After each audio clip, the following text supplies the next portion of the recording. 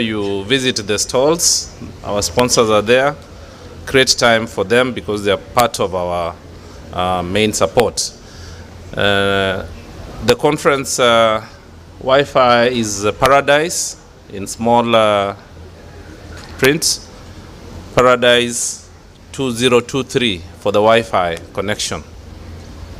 And then for those who are tweeting, we are hashtag 50 KMASC for scientific conference. That is hashtag 50 KMASC.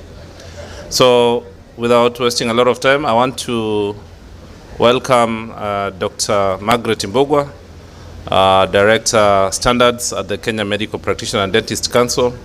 Our session was supposed to be in the morning, but we give her this moment. Karibuni, ma'am.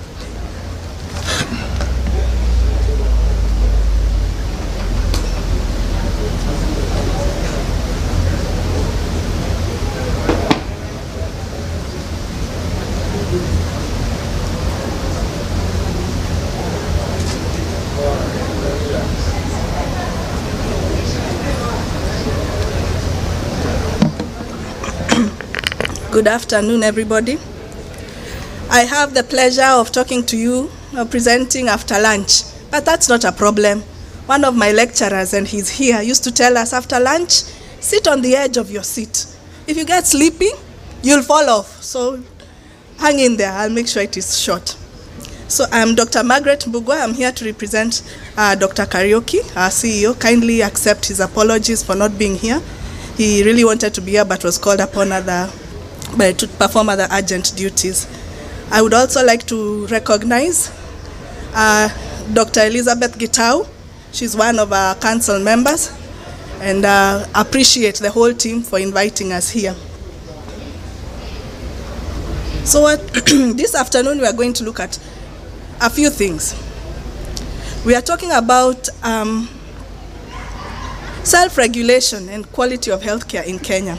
So we'll look at the role of KMPDC just briefly, and then define our role and find out together what is self-regulation. Why is it important? And is there self-regulation in Kenya? What do you think? Hold that thought. So KMPDC is a body that is established under Cap 253 of the law of Kenya. And our mandate is very distinct and speaks out loud. We are mandated to regulate training, practice, and licensing in Kenya.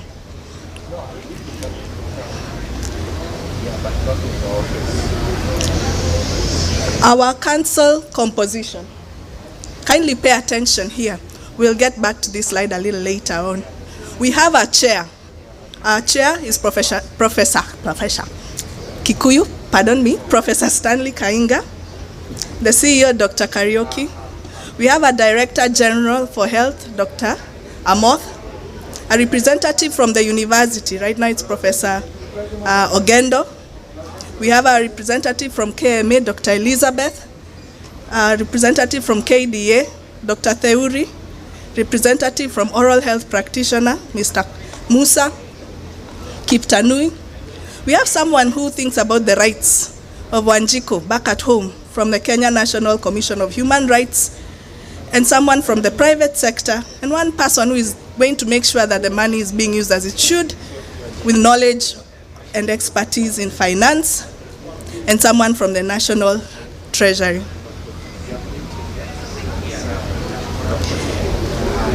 Our corporate philosophy. I believe that all of us are here with one goal in mind, to ensure that we are providing quality and ethical healthcare. So as a regulator, it is our work to work together. You are all our stakeholders. And the only way we can do that is if we are efficient, if we are accessible, and that we have tried to do. And our mission is to ensure that we execute our mandate so that we do not let Kenyans down. Our functions. Well, we set standards. Who joins medicine? Who does dentistry? How should the health facility be? What do you need in the health facility to be one category or the other? What are the students learning in the institutions? What are they learning in the internship centers? And for some of you, what are you learning when it comes to continuous professional development? We register and license you as a professional. We register and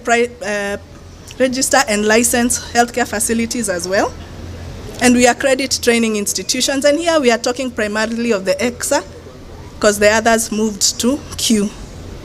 We come up with professional practice, best practice, the code of ethics, the scope of ethics. Yeah? We talk about how we come up with frameworks. How do we help our doctors, our interns who are struggling with one thing or the other? All these functions lie within the council's mandate. Now here is an interesting one.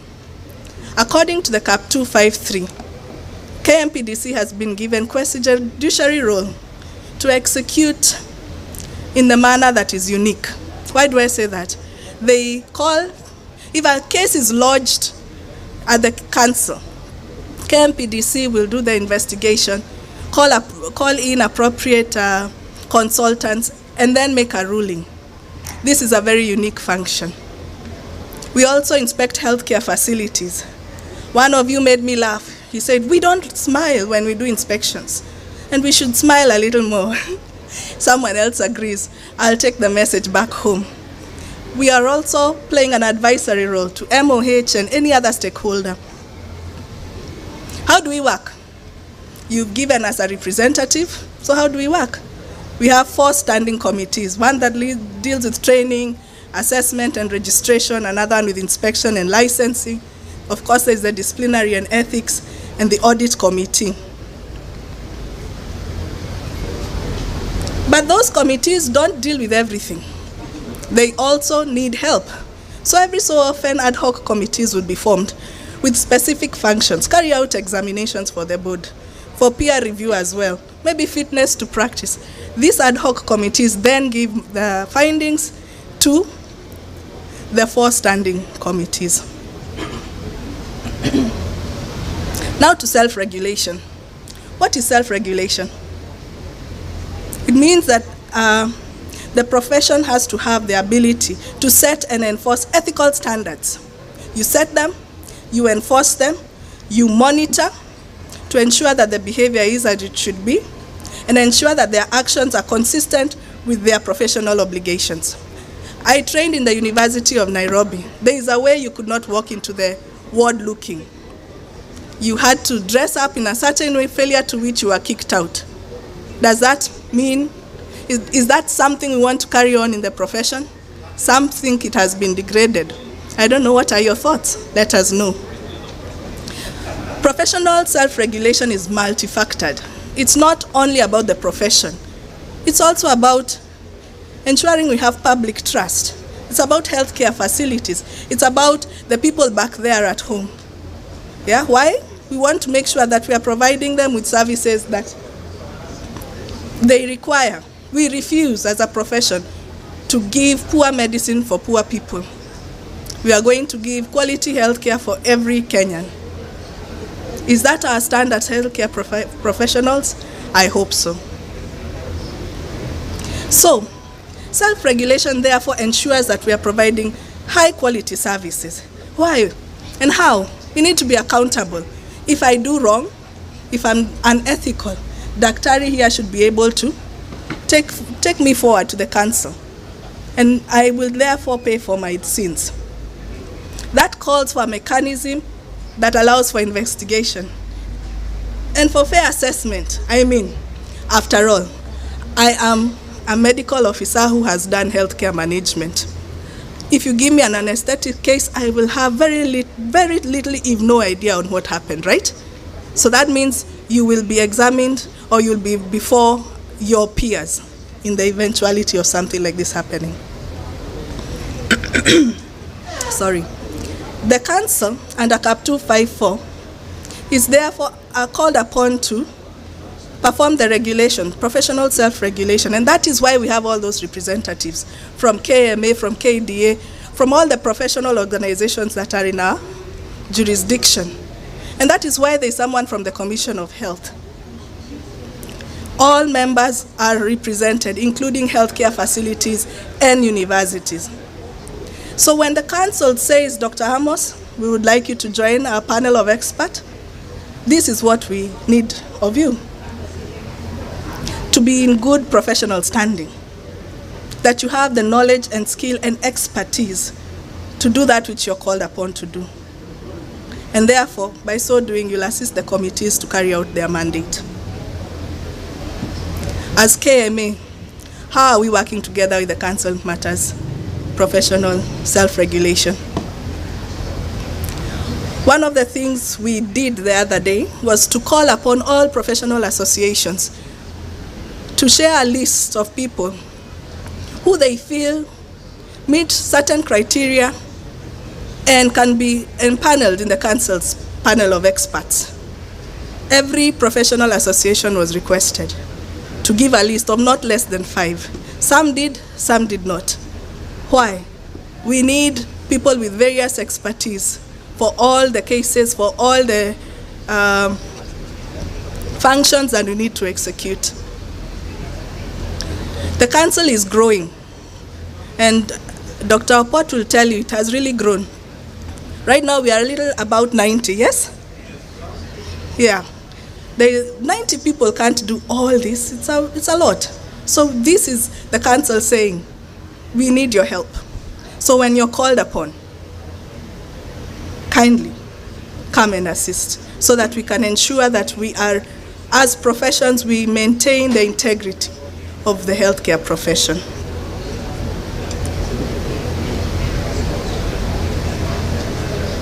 And that is all for my presentation. Thank you.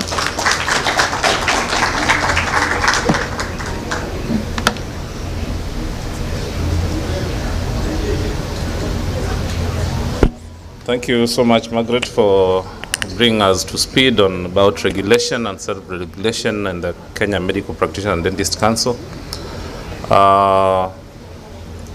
We have the next presenter, Dr. Joel, who is going to talk to us about food biotechnology. He's from the ABC at the University of Nairobi. Joel, yeah, it's your turn. We will prefer that you keep your questions and comments until the end of the sessions because we are really quite packed.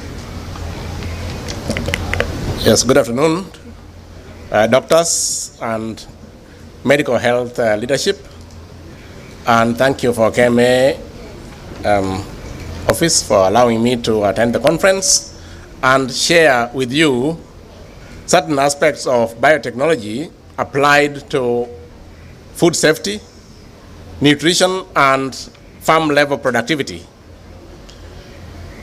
Now, I teach at the University of Nairobi. I'm a biotechnologist by training, and I apply biotechnology across health and agriculture to find solutions and to ease your work. Most of the work for a doctor is when people are not well nourished, when people are more vulnerable to other factors of climate origin, such as emergent pathogens that were not initially in our environment or in our region, but due to climate change, many of them have now been noticed and documented. Now, we are a team of biotechnology experts, and we apply biotechnology in various aspects. The first one is to deal with food safety. And there are two ways to deal with that. One is that we can use what we call RNAi or RNA interruption technology to silence certain genes that cause allergens. Allergy is one of the serious problems that you have in the country and across the world today. The other one is that we use the same technology to deal with aflatoxin. You are aware that aflatoxin is a secondary metabolite that is elicited by certain fungal species. And what happens is that the stem borer and the cone borer pests that attack our maize open up the kernel, that is the maize seed, the seed coat. Once it opens up, then it becomes now amenable to fungal infection. And with that, you get aflatoxin. Mycotoxins mainly are from Aspergillus species and others, and it has been a problem in this country. And we have seen cases where we have destroyed more than 100,000 bags of maize because they were infested with aflatoxin. And that is both food wastage and food safety issue.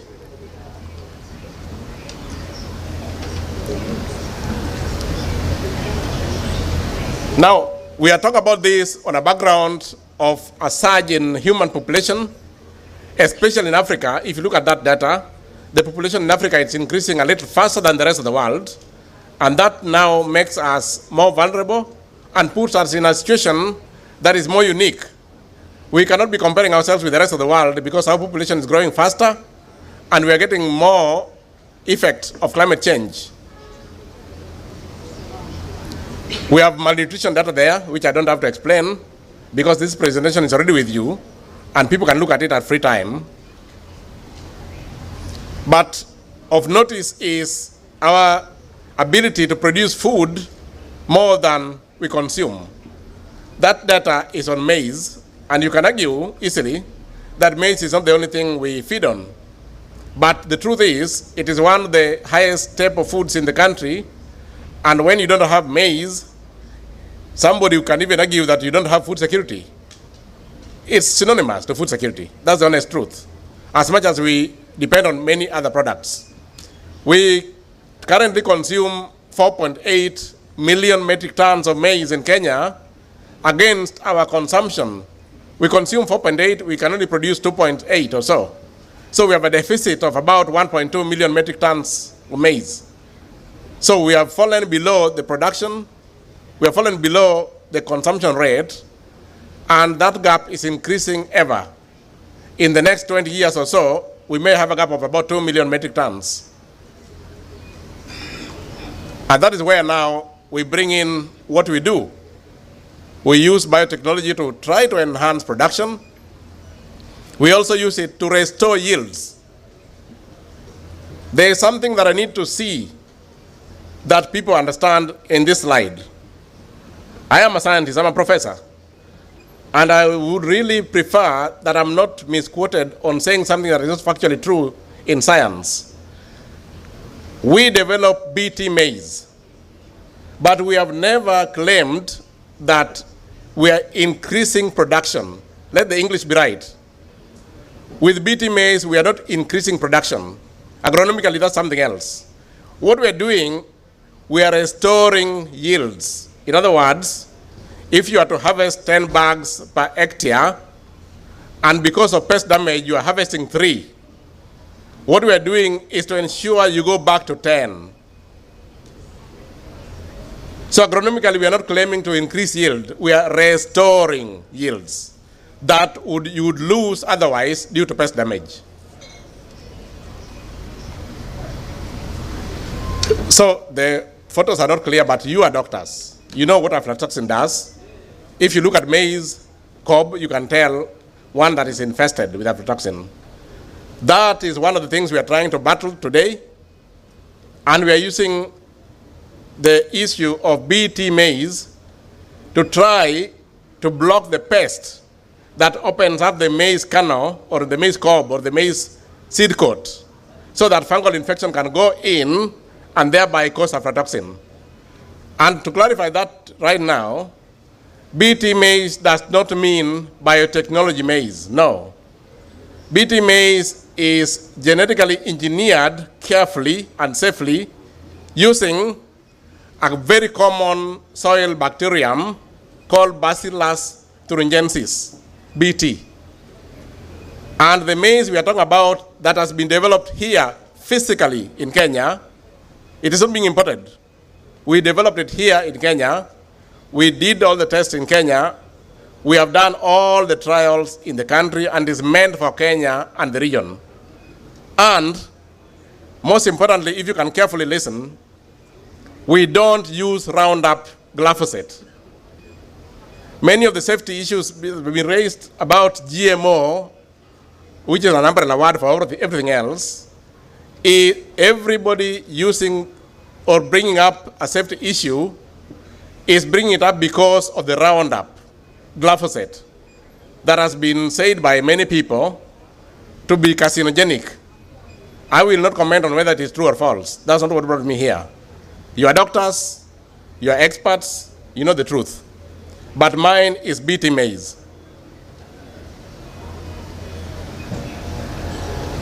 So now, that maize, what we are doing is that we have genetically engineered it using a gene from Bacillus thuringiensis, a gene that is found in an organism that is common in the soil, an organism that has been used traditionally for many years to make pesticides spray on crops.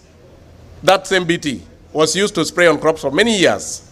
We have taken that gene, incorporated it into a drought-tolerant variety of maize, and now it is BT maize. Therefore, it can now withstand the attack by the pest. And it has been tested on model organisms, toxicological tests, confined field trials, national performance trial, and proven to be safe and approved for release by the national regulator, the National Biosafety Authority. And it has been tested for the last 3 years on Kenyan farms, Kenyan agroecological regions, and so it is both safe and protects the crop from insects, pests, specifically the stem borer.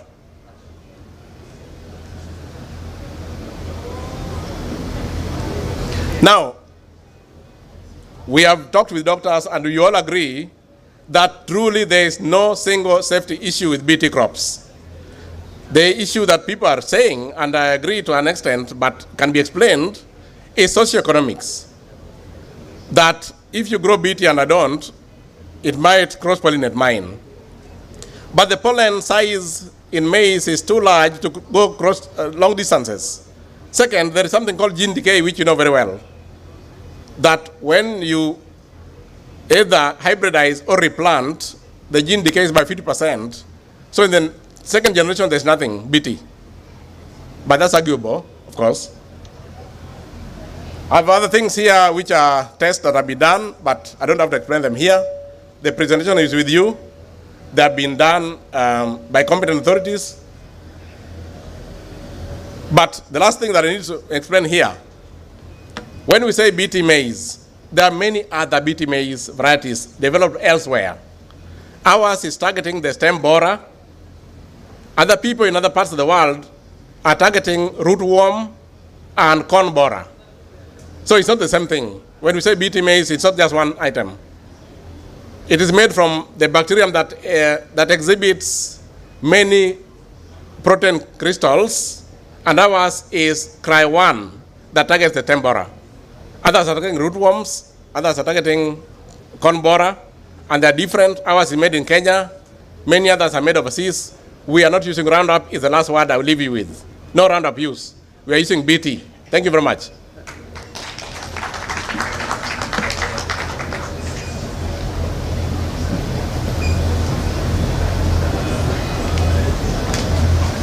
Thank you very much, Dr. Joel, for that talk and also for keeping good time. So we move on with our program. Our next speaker is none other than Dr. Ahmed Dagane, who is the CEO of the Kenyatta University Teaching, Referral and Research Hospital, and his talk will be on improving health and health care systems. Now, as Dr. Dagane comes up, I would also like to remind you that we have a physician's wellness checkup booth at the far end on that side, and a cancer check for colorectal cancer, prostate cancer, free hepatitis B screening. So please take time and take advantage of that. The results are instant. You get them within 10 minutes. So know your status before you leave this conference. Good. Thank you. Welcome, Dr. Dagane. Good afternoon.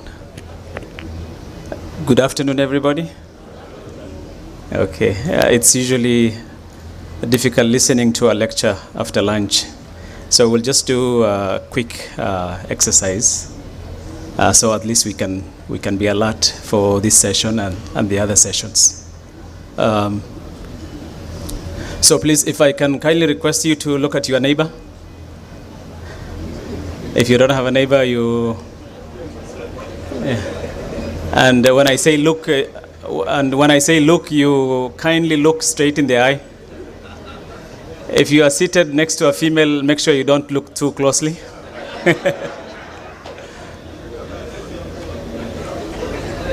Okay, are you looking? I don't know, the president of KMA is doing something else. Okay, kindly, I would like you to say this to your neighbor. You can touch your heart. It's a really special, it's a special thing to say to your neighbor, that I thank you. You listen first and then you say when I... Okay, you say, I thank you for your contribution to the quality of healthcare. And no, you don't say anything yet. Just listen. I thank you for your contribution to the quality of healthcare for Kenyans and the other patients you've handled. And I thank you again for your pledge towards your... Yeah? Okay, say this. I thank you for your contribution towards the quality of healthcare in the country.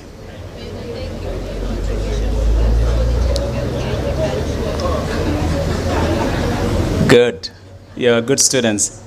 The next one is, I thank you for your pledge towards changing, pledging to support the healthcare as we struggle with the effects of climate change.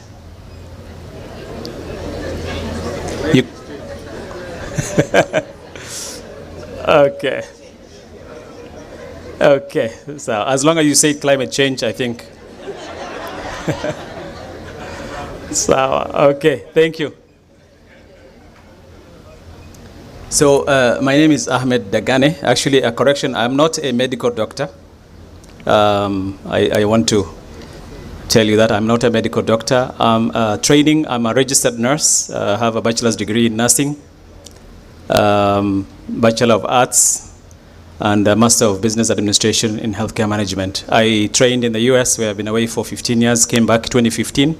I took a role as the CEO of Garissa PGH, Garissa County Referral Hospital, and I have been with KUTRH now for about 3.5 years. And took the CEO position about 11 months ago now. So I just wanted to make that correction. I want to introduce, I have a team from KUTRH here. If you can please stand up. KUTRH. I have a powerful team. Okay, that is the team that we work together at KUTRH. Please seated. Thank you. So Kenyatta University Teaching, Referral and Research Hospital. Not many Kenyans know this hospital. It's a relatively new institution. We are a level 6 hospital under the Ministry of Health and not Ministry of Education. I think it's good to make that distinction because even some of the audience members do not know the difference between us and the university. The university is under the Ministry of Education. The hospital is a level 6 state corporation under the Ministry of Health, and just like Kenyatta National Hospital. I think it will be nice to show you a short video of about 5 minutes before I go into the next presentation. We can play the video, please.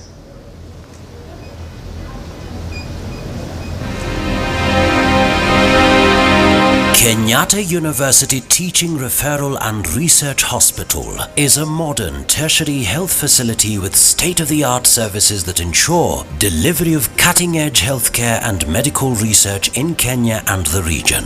Located on a 100-acre piece of land in Nairobi County, Kenya, the Kenyatta University Teaching Referral and Research Hospital is a level 6 hospital with a bed capacity of 650. It is easily accessible by public means, private vehicles, and has a helipad to enhance accessibility, especially in an emergency. KUTRH is a highly specialized level 6 referral hospital, and our flagship project is oncology, cancer care. But we also offer other highly specialized services, including cardiology, renal, and we also have specialized services in clinical care, ranging from orthopedics to surgery to all the other services within the clinical care. One of the cancer treatment services now available at Kenyatta University Teaching Referral and Research Hospital is CyberKnife treatment. This is a painless and non-invasive treatment for cancerous and non-cancerous tumors. The CyberKnife delivers precise pulses of high-dose radiation that target certain tumors and other abnormal tissues while limiting exposure to surrounding healthy tissues. Contrary to what the name suggests, CyberKnife is actually not a knife, but rather an advanced radiotherapy machine that delivers very high doses of radiation with sub-millimeter accuracy. We needed to get an equipment which can provide precision treatment, and that is why we started thinking, okay, we now can diagnose cancer at very early stages, but what do we do about those patients who need treatment? And we needed now to think of then completing that continuum from diagnostics to treatment.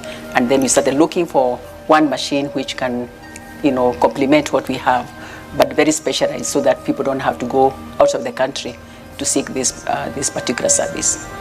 Some of the conditions that can be treated using CyberKnife mainly is both cancerous tumors and non-cancerous tumors. This machine is the second one in Africa after Egypt.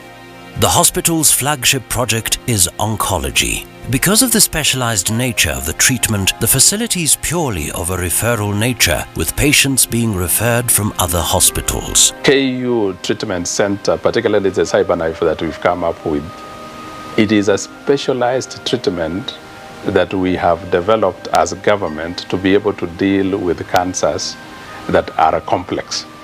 And therefore, then the thinking of the government, and that is what they have been able to do, is to ensure that we've developed, not only for cancer alone, but for other non-communicable diseases, we've developed centers of excellence to be able to deal with specific ailments in this country. First, allow me to congratulate the leadership, starting with the chair of the board, Professor Olive Mugenda, together with the CEO, Dr. Dagane, for this milestone that they're achieving in terms of being able to commission CyberKnife.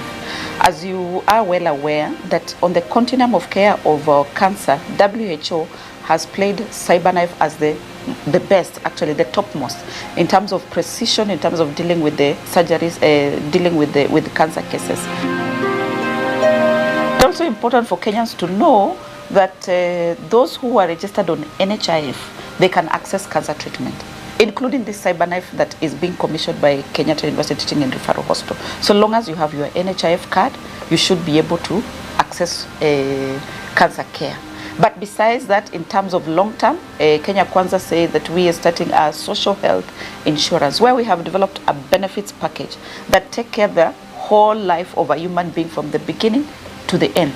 For us as a hospital, our vision is to stop medical tourism, especially the outward medical tourism, and we are deliberately looking at issues that take people away to other countries. We have dealt with the PET scan, and I can confidently say that the number of people who are going outside the country to get there, the PET scan treatment have reduced drastically. Now we have gotten CyberKnife, and as we get support from the government, we will continue looking at the areas that make people go away. So that is our vision, and eventually we will make sure that anybody thinking of going to India will think about this particular hospital.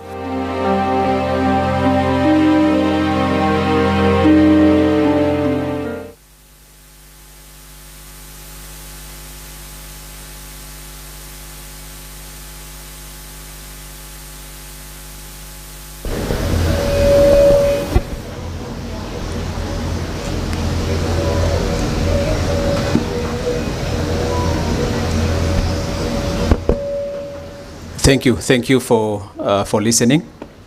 And so, yeah, so I will get into my presentation quickly. I'll not be repeating some of the things that were shared in the video. This is the outline of the presentation. I will be briefly talking about the impact of climate change on health and health systems. Coming to the topic of health and health systems, key pillars in healthcare.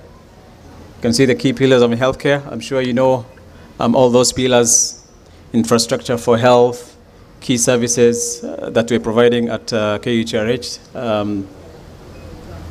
The infrastructure are, of course, the pillars are infrastructure for health, workforce for health, essential products and technologies, health information systems, financing, leadership, and government and governance.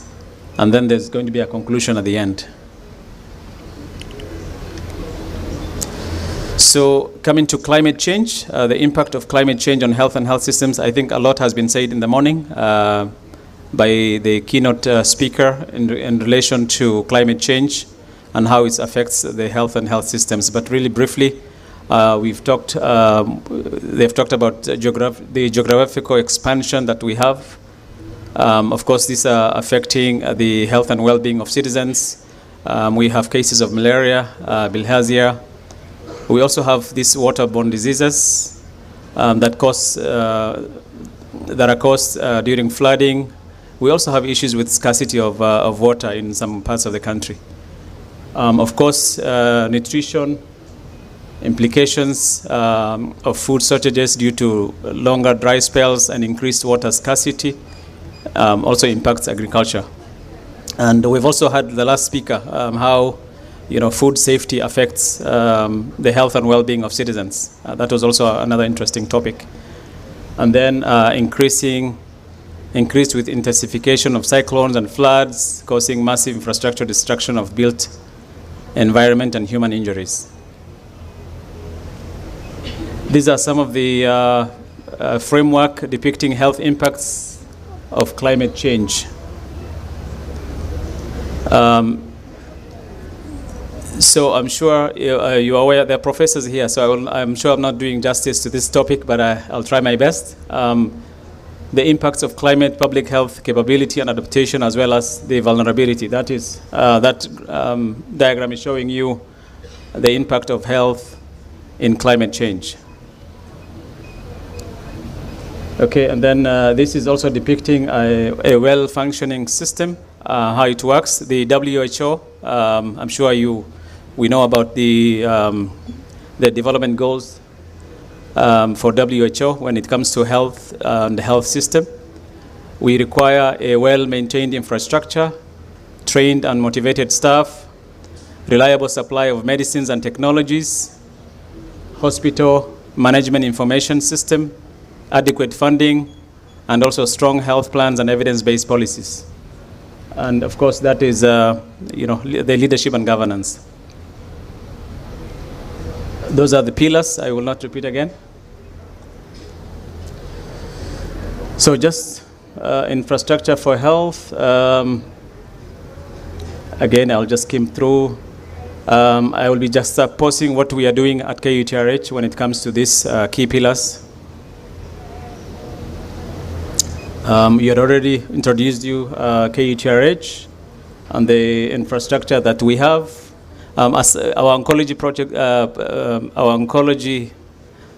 the flagship project that we have at KUTRH, I'm sure you know by now, is oncology. And we've talked about PET-CT, but another area that we have introduced and we have actually built the capacity now is our cath lab. We have seen an increase of patients in our cath lab. We have already done coronary artery bypass graft for several patients whose quality of life has really improved. This is our integrated molecular imaging center, which has the PET-CTs. We have already talked about what KUTRH is offering as far as services goes. I think the video was had that information. For our strategic plan entails building a 200-bed women's hospital and another exclusively 200-bed Children's Hospital. This is the pictorial of the Women Hospital. This is also the Breast Cancer Center of Excellence. We are also planning to have a Breast Cancer Center of Excellence, another 100-bed capacity.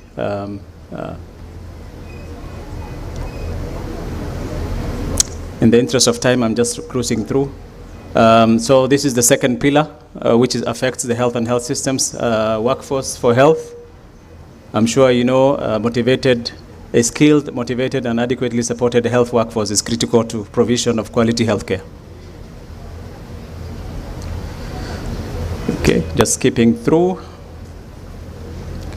Okay, so as KUTRH, we are building capacity for our healthcare workers. We are training these specialized nurses. We are offering Kenya registered oncology nursing, critical care nursing, nephrology, preoperative, because we want to support the health, the human resource for health in the country. And we've already graduated. Well, we have about 39 staff members who have gone through this program, and they'll soon be graduating. For medical officers, we are training them on these programs. We have a COSESCA program.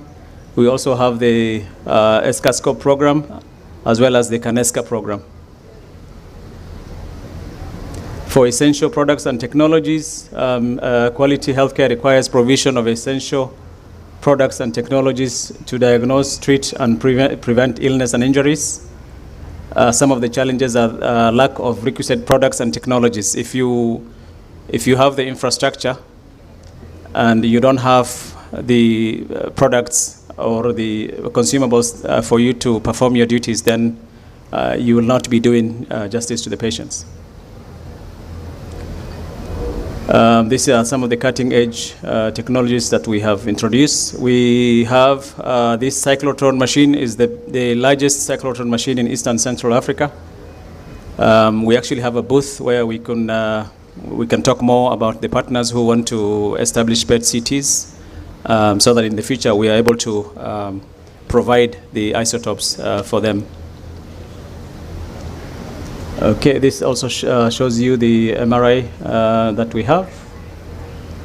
We are seeing an increase of patients in our radiotherapy area, where we had actually been forced to have an additional shift. We added a third shift in our radiotherapy. We have a LINAC machine. We also have brachytherapy. We've talked about CyberKnife. We recently, the president has recently launched the CyberKnife, but we haven't treated our first patient yet. In the next 2 to 3 weeks, we anticipate to treat our first patient.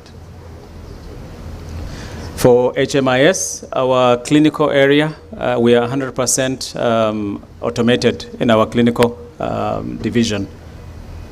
So HMIS is also another pillar where you can improve health and health systems.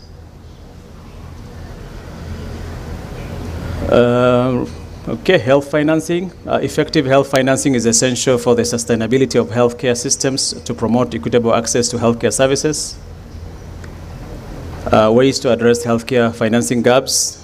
These are some of the ways to expanding healthcare insurance coverage. That is very important. We have partnered with the National Hospital Insurance Fund, where so many Kenyans can access care.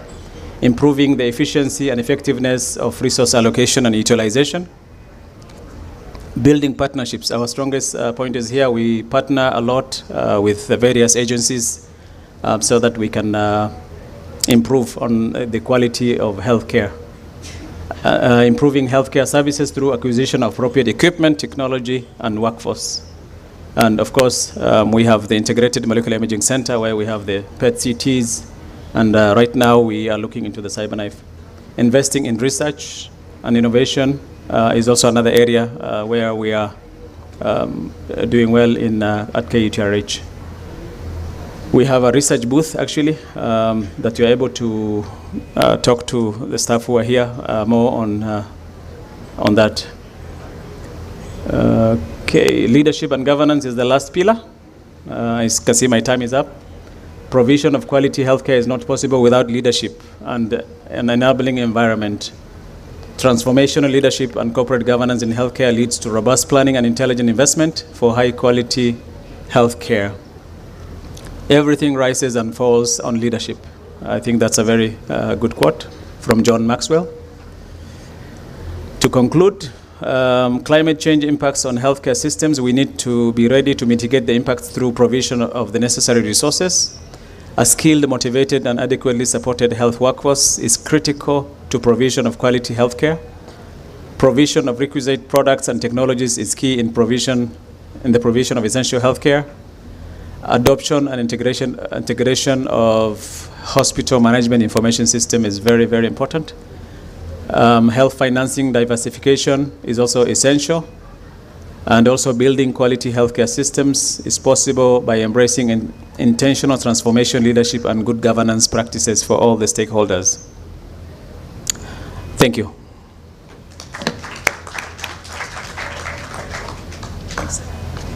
Thank you so much, CEO. I will just allow some quick comments for the three presentations, one on this side and one on the other side, because one of the guests wants to leave. Dr. Mwangi, Simon, and somebody from this side. Pass the microphone to Dr. Nyaim. Then probably Owen will do the microphone quickly.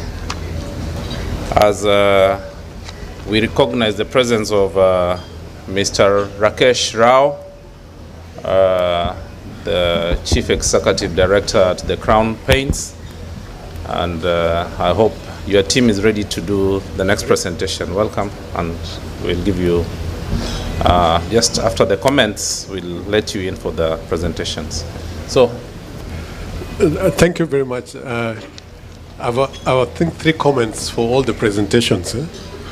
The first one from the Council. Yes, they are our regulators, but we have 47 county governments who keep on coming with things that sometimes are against what the Council instructs us to do. So what efforts are being made to make sure that there's smooth operationalization between the national government and the council and professionals in the health sector? What efforts is the council putting in place? Now, regarding Dr. Chieng's presentation, maybe you can tell us what is this big deal about GMO and people growing balls and people growing matitis? Can you just explain what's the difference between GMO and BT? And then for Dagane, very interesting facility that you have there. But looking at our healthcare sector in this country, we seem to be regressing in terms of our milestones, because we seem to be focusing on very high-end things, and we are neglecting the primary health care, which will include the screening and making sure that we prevent it. So it's like we are deliberately waiting for people to get unwell to come for this high-end treatment. And yet, if you are to achieve UHC as envisaged, we must actually address the primary health care. I don't know what's the Ghanaian's comment on that. Thank you. Dr. Mwangi. Thank you. Thank you very much. My question and comment is to the CEO of Kenyatta University. Through the presentations we have had today, I was getting a bit concerned that the impact of climate change, people are forgetting a very important perspective. As we lose the surface water, we are going into borehole water, and borehole water is not exactly the same as surface water. Borehole water, most of the times, especially in the Rift Valley, contains very high fluoride levels and very high sodium levels. My concern is that when you have very high fluoride levels, you damage not only your teeth, but also all the bones, the skeleton. And particularly the children and mothers suffer a lot. And that is why I'm asking, the same water which has high fluoride levels will also tend to clog our filters that we use for dialysis. So what is KU doing to deal with these issues? Because these are the same people who will be referred to you for broken bones, repairing the spine, and so on and so forth. Then again, for Professor Ochieng, I know you probably feel that we know a lot about GMOs, but the reality is there is even a challenge differentiating hybrid from GMOs. Please go into further details so that you clarify the whole biotechnology, where GMO fits and where the hybrids are. Thank you. Owen and Dr. Ogoni.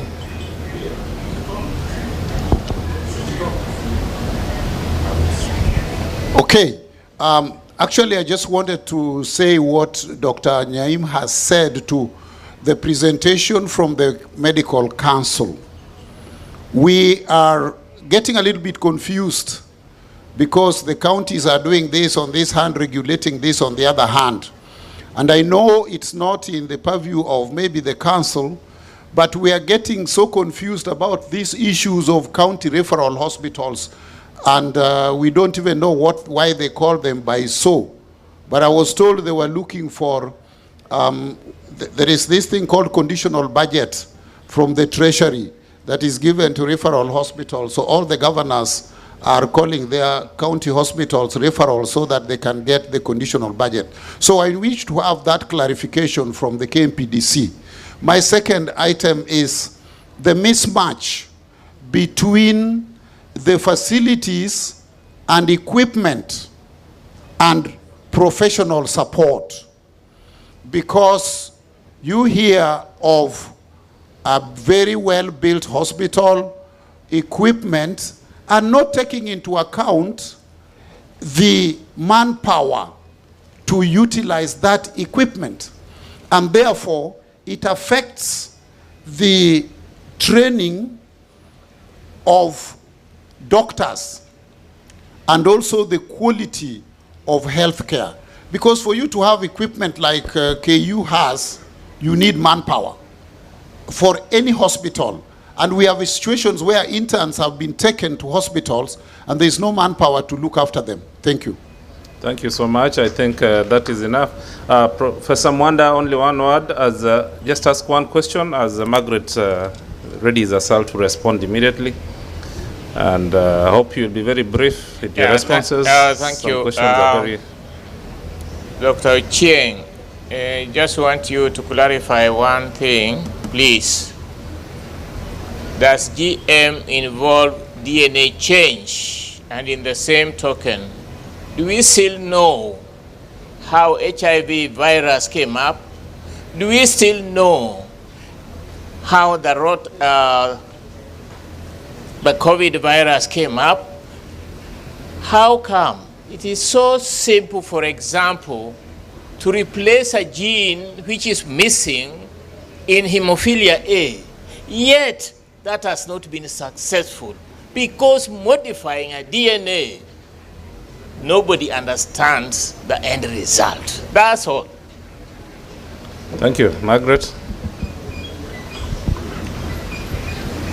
Here. Yeah, you can come over.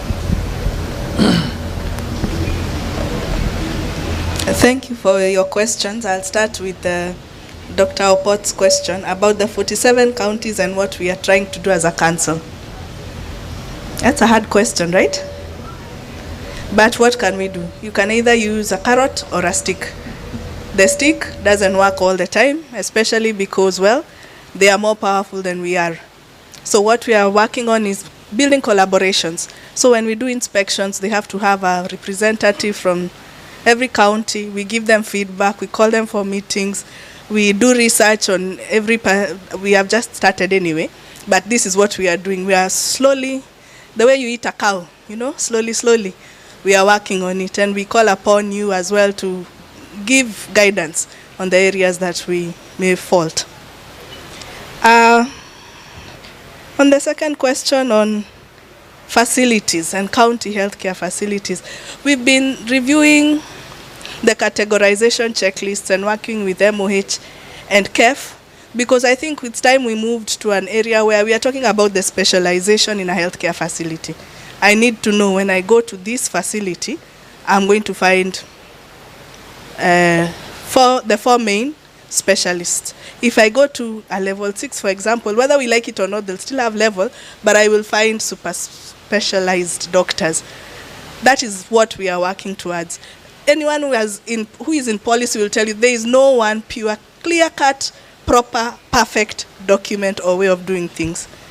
So it is a work in progress, and this is what we are working with MOH and CARE as well.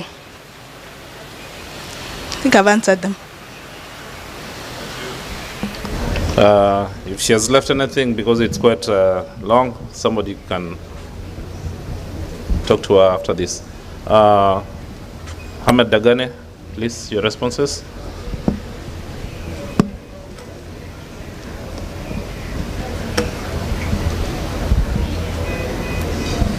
Thank you. Thank you for those excellent questions that you had posed. So what is KUTRH doing in primary care? I think that was the question. Of course, for us to be successful, Daktari, we also want to make sure that the other county hospitals are successful in taking care of patients, because we are positioning ourselves as a purely referral institution, a purely highly specialized referral institution. Because if we accept all sorts of patients to our facility, I'm sure in a few weeks or a few months we are going to close shop, because we are not able to take care of all those patients. We are not able to provide the services that they require, yet they're able to get those services at lower level hospitals. So the discussions that we are engaging with the Ministry of Health is to ensure that the level 5 hospitals that we have in the country are well equipped. For example, we have PET-CT now, and we're getting an overwhelming number of patients, cancer patients, not just from the country, but also from the region. We've treated patients from 15 countries so far. So what we're doing is, what we're advising the Ministry of Health is for the county hospitals, at least the regional, provincial hospitals that we know, let them be given, let them acquire PET-CTs. We are able to support them with the manpower. We have oncologists. We are even hiring we're hiring specialists, even the subspecialists that we don't have. We're hiring them from the international market. So we're able to provide them with the requisite manpower that they require to be able to take care of the patients, so that we don't clog KUTRH with so many patients. So by the same token, primary healthcare is very important. We support the neighboring countries with medical camps. We have established a wellness center in our facility where patients are able to be checked, for wellness checks and all that. But at the same time, we want to make sure that we support the county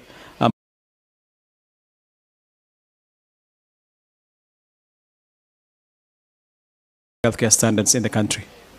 Thank you. Joel.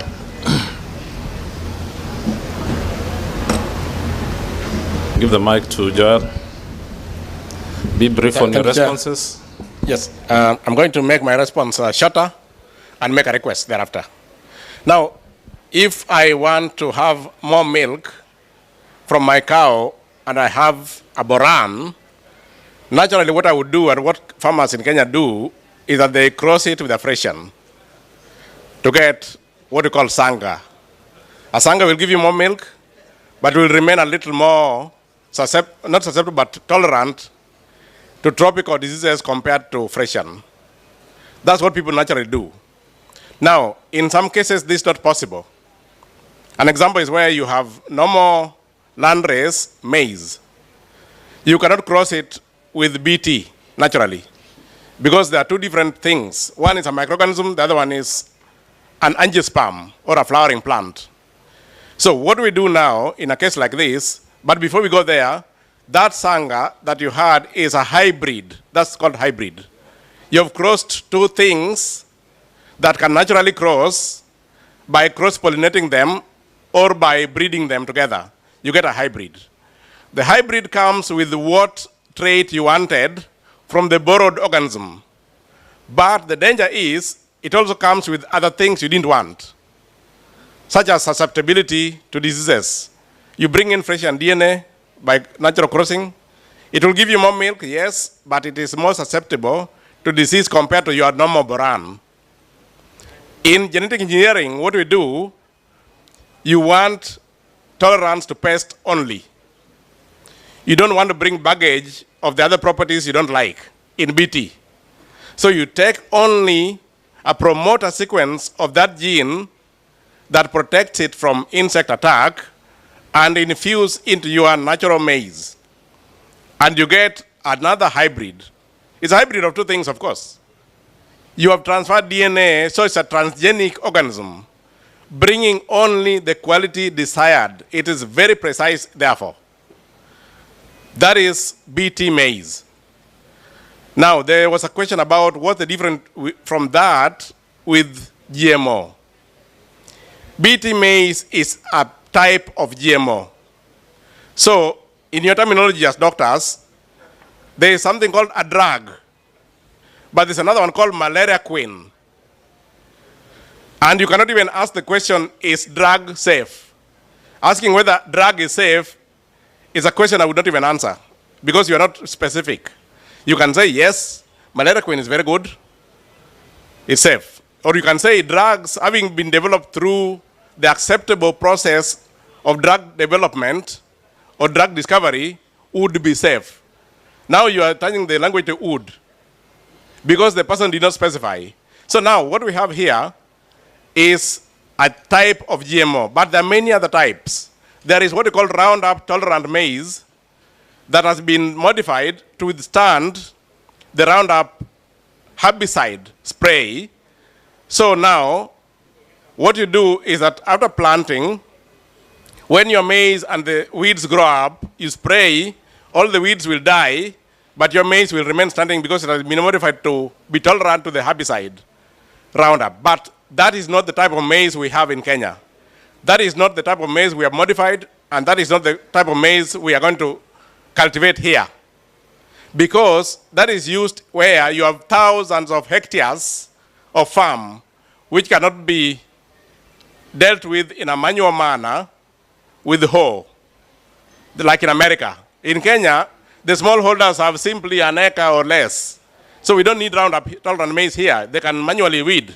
There's no problem. Ours is BT maize that is protecting it from the insect attack, where a gene has been specifically taken from BT, only the gene that dispels the insect stem borer, and nothing else. The rest of the things in the donor are left with it. So it's highly precise. Now, Professor Mwanda, my colleague, there is DNA change, yes. And even for a crossbreeding of Ndama Mloran, there is DNA change. There is, just like this one. But we do tests to ascertain whether that DNA change is only happening at the DNA level or whether it goes down to the biochemical level and whether it causes nutritional changes. And the tests show there is no nutritional change at all. No other biochemical pathway is affected other than the one that ensures the maize elicit what kills the stem borer and nothing else. So we know the end game. You are aware of mutation breeding. Mutation breeding where somebody just bombards crops with what you call a gun or a mutant gun, and you don't even know what comes out of it, and you're allowed to plant it, which is very sad. The other thing, Roundup is used in Kenya on non-GMO fields. Roundup is the one that even doctors have issues about. But the doctors who are sitting in this room, some have decided that GMO is now more dangerous than the Roundup that causes the danger. I'm challenging you. You are aware Roundup I can walk to the agrovet today and buy. And I spray it on non-GM fields, and I'm allowed to do so. And it's actually the Roundup that is causing the carcinogenic effect that you're talking about. Not the maize itself, not the modification process. So, I plead with you to know that we are not using Roundup tolerant maize in Kenya. We are using BT maize, which is safe. It has gone through regulatory systems. Some of you are members of the board that approves products based on rigorous analysis. And so you should believe yourselves. And if there are other issues, now my request is this, that KMA management We are going to discuss on how to come together at the regional level, say in Mombasa region. We come here for a 2-day conference, meet the doctors who are here, discuss this issue for 2 days, non-stop. Thank you. And come out with an agreement, and I will fund that. Thank you, thank you. This month. Thank you. Yeah, hands for the 3 presenters, hands together, please. We appreciate the topics they have are of much interest, and we can spend at least it's been minimal enough to say 2 days. It could be longer, so let's stop it at that. And I will welcome Crown Paints to just give us a brief presentation. As we said earlier, Crown is not just about paints. We are talking about issues of climate. As it is, there is a lot of internal pollution, health hazards posed by the paints that we inhale every day while we're indoors. So, karibuni, and I hope you'll be very brief with your presentations.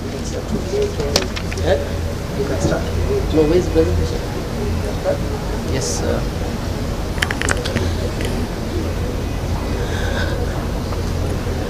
good evening, everyone. All chairmen and all medical practitioners, all doctors. Good evening to all of you. I'm happy to be here, and I just would like to introduce my team here in case they are going to stay, and maybe you can chat with them, and you can introduce yourself, or we can communicate each other for future requirements. So definitely we are here to serve you. So Pamela is our marketing manager. She's going to be there for 2 years. Then Rakesh Ranjan, who handles all the projects. He can come and paint your house and all hospitals if you require any help. Head of sales, Bhavesh, who manage all of them. And Shoko is our technical managers who are going to chip in here for some technical queries to answer. And my local manager, area managers is Deepak Shukla. So thank you, Swan, again. And I just would like to say that I really appreciate the role of doctors and medical practitioners in this country.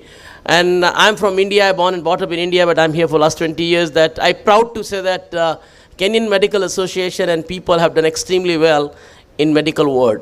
And we're all proud of you because you guys have that achieve excellency in many, many areas. And you keep it up, and we're all proud of you that what you've been doing in these medical areas. At least I look after whole East Africa. And Kenya is one of the biggest destination for the treatments and medical cure. And I'm sure that you guys are doing extraordinarily good job in Kenya. And when I visit Uganda, Tanzania, Rwanda, other countries, and I'm very proud to say that, oh, we all have to go to Kenya, we have to all go to Nairobi for a treatment. People not taking a name of, UK or India, but most of people are taking a name of Kenya and Nairobi hospital. So I'm really proud of that, what we've been doing. I'm here to just to talk about when chairman and president has approached us to come in as a sponsor, and I was surprised what I'm going to do, because you're all intellectual people, and we only sell paints and concrete to the building, we just decorate buildings, So I don't know what we're going to do here. So I thought let's come and say, maybe add some value about the paint, because maybe you're doctor to the physical body, but we can say we are doctor to a wall and building. So we can say something about it, and we can talk about few products which we would like to talk. So I just have a very brief presentations. I know our presentation will not be interested at you or hospital, and you talk a lot of technology. It's very simple, but I'm sure that I hope that I'll communicate the effective message to all of you for our brand, and and that's what probably we are here to just communicate, and maybe we can liaise with you for our brand, which is #1 brand of Kenya, undisputed #1 brand of Kenya, and that's what we want to talk about. Thank you. Let's start. Sorry, I think the problem, the light is going to be a little bit, you will not be able to see. But yes, I can say that leaders in innovations, the #1 paint companies in Kenya, undisputed for last 63 years. You can see that. Who is the Crown Paints? I think that's important to know that. And we are talking about environmentals, sustainability. So I think I can proud to say that Crown has all certificate, and we really care for environment. We are ISO 14,000, 9,000, 18,000. OHSAS, all health and environmental certificates is only company Crown has, I can tell you. Rest of all the paint companies, if you talk about, none of them have certificate, and because we really care for environments and we care for safety, we care for people. The Crown Paint journey since 1958, I think we born before when Kenya got independence, so we have been quite old here. I think we can say we are like a grandfather here in this country. And we are so many, you can say that our consistent quality and service has guarded trust, respect, the faith, and customer for the past 65. I think today in the world, you know that to maintaining leadership for 65 years in the country is not easy. I think we've done something extraordinary. I believe that we've done something extraordinary. My employee, my team, my management, all have done something extraordinary to maintain the leadership in this paint. And definitely, when you guys are all leader in your professionals, definitely when you have to be show as a leader, you have to still use a paint which is a leader in the country, because a professional love to use a top quality brands. So I think you have no option, you have to only use Crown in your life. So this is just a small video, so it can able to tell you.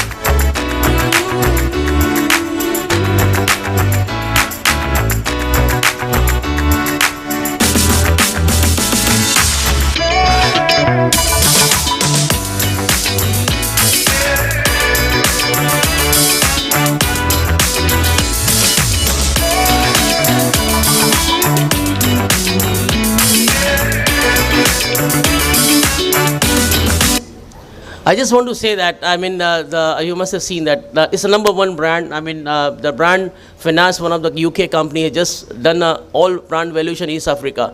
And we came as a top 10 brand of the East Africa, and we almost #2, #3 brands in a building construction sectors. And the reason is very simple, that I think probably value propositions which we offer to the market, to the consumers and to customers, this reason the brand has been always valued very high. And what we always say that value for money. I mean, we always, when and people buy a brand, they look into the cost competitiveness also. But I think, of course, when you buy a brand, and I can proud to say that we have we have a partnership with the various company worldwide. I mean, we're working with 4 or 5 big world-class companies. And when basically originally owned, this Crown was owned by Crown Paints UK. And we had a partnership for a long. But later on, when they seen our formulation and what quality product we have been doing here, even they surprised. They said Kenya has the standard, it's like a UK. Even they could not able to improve our formulations to give better quality. And that's the reason we say goodbye to them, because they were asking 5-10% royalty to us, which probably we can't give. And that's the reason that I can say that the brand which we in paint which we are offering you, and we believe as a Crown is a #1 brand. We do not compare with any low-end brand. We always believe into maintain the world-class standards. And I can tell you, we have a lot of world-class consultant also who consulting us on various products, and we make sure our products are top quality, top class, and meet all the standards. I think if you talk about East Africa's, our quality of standards of Kenya is 20 to 30% higher than Uganda, Tanzania, and Rwanda. And that's what we've been scoring here on the quality. So I think, I mean, just to have a general knowledge to all of people that we have, like, paint sometimes is very difficult. I mean, people do understand paint is just paint, just wall. But the paint has a different dynamics. You look into that. It's an interior paint for all the hospital inside, the exterior for exterior surface. We have a roof and floor paints, industrial paints, the thinner waterproofing, automotive road marking. So it's like paint is not one industry. We have a various, range in our sectors, because many of you must be like developers, builders also. So I think you should know that we only don't provide one solution. We provide total solutions for all the brands, for all construction. Now, we are the first company. We are the first company to launch eco-friendly. We are the first company to launch eco-friendly, which what we are talking about, environmental friendly paints. And if you look into that, what is eco-friendly? Do not contain volatile organic compound, VOC, and have the little no odor. And if you look into our stall here, you will see that our paint is always odor-free, no smell. And thus we work out with so many top-class supplier in the world to make sure we give you the paint which is odor-free, no smell, no harmness, and no volatile organic which can, affect your health. Then we also have our manufacturing incorporate solvent recovery and water treatment plant to ensure no toxin chemicals are disposed into river and sewage. Even those things we have done various visit. NEMA keeps on coming to us, being a #1 brand. You know how our government agencies work. Every day they are in office, every day, every second they are there. But we can able to, because our professionalism, the way we manage, and we believe and we respect environment, and we respect our value propositions to the environment. We always believe in managing this all throughout.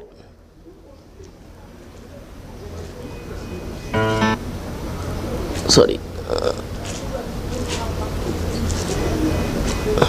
So now I think here what we am here today to talk about this product, which is very, very interested to you, and just to know that Medicryl hygienic emulsions, which is one of the best paint, which is basically made only for doctors, but somehow we failed to communicate. I can accept my mistake that we do not know. We never able to communicate to the doctors. We thought that we advertise and people will start using it brand.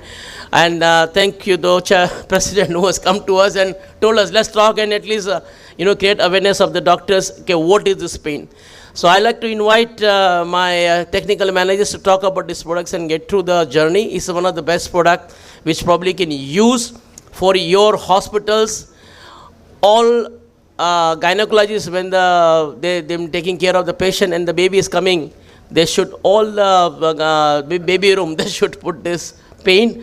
Good for the kitchen, good for all where you like to care for environments and want to create a safety to patients. I think this is the paint which is approved by IML UK, and I want Shoko to just to give you a brief discussion on this. Good afternoon. Yeah, I think Dr. Rao has said a lot. My brief is just to take you through this.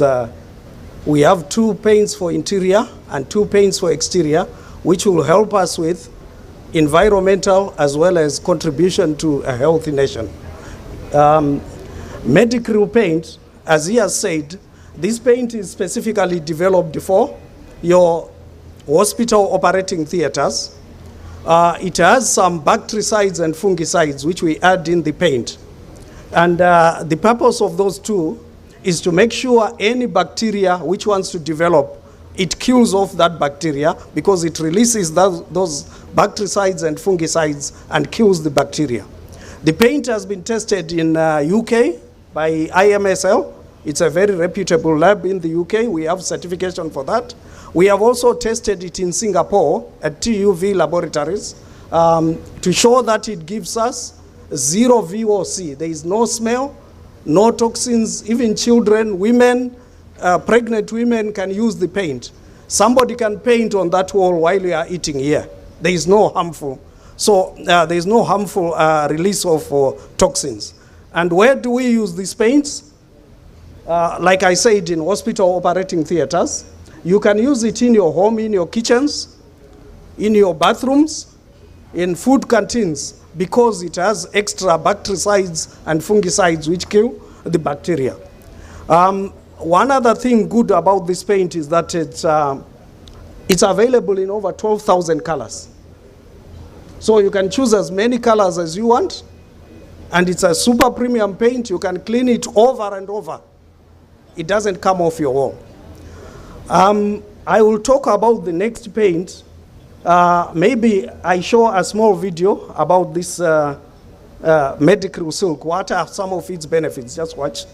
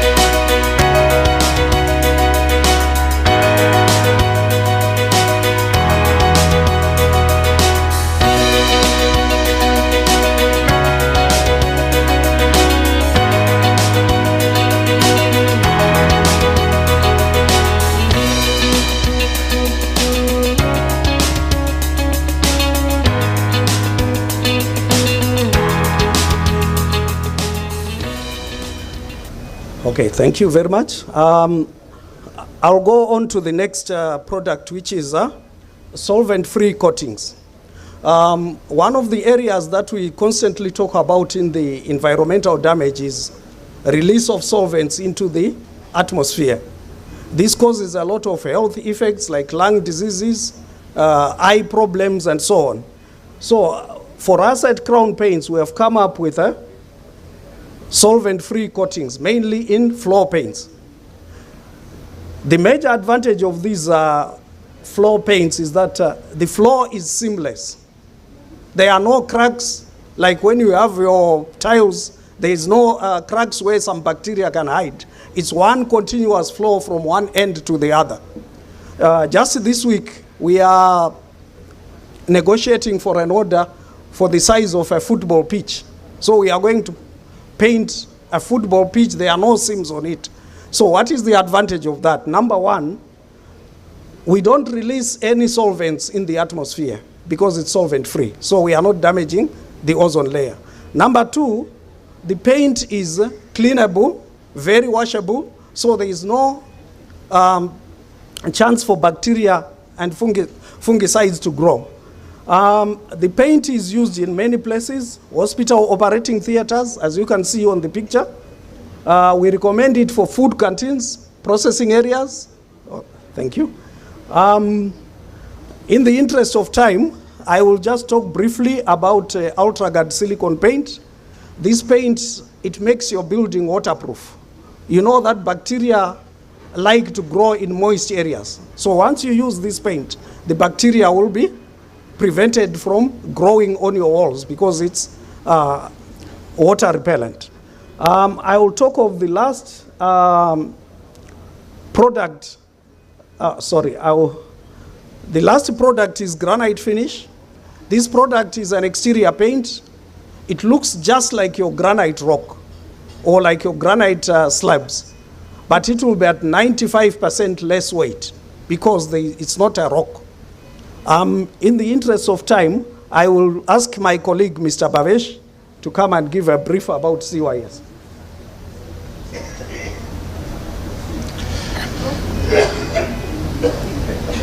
Good afternoon, doctors. And I know our time is over. I will not take too much of time. Actually, you as a professional doctors, you are always busy to treat the patients, and you don't have time to take care of your homes or your clinic. So rest assured, we are here to help you out. Okay, you just sit back and relax. Give your all worries, tension about the tedious painting job to Crown Paints. I'm glad to announce this on this platform. We have a service called CYS, Crown Your Space. You just sit back and relax. we will take care of your entire painting hassle. It is hassle-free, end-to-end painting solution.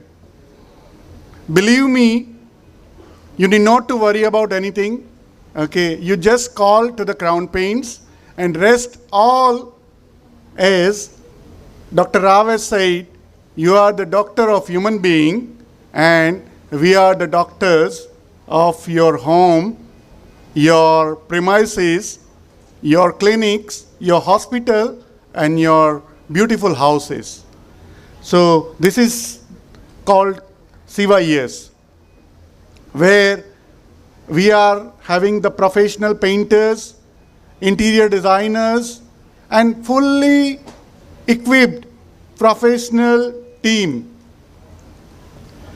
This is, you need not to go to anywhere. You just call to our call center or anybody in the Crown Paints, and you are just sorted out.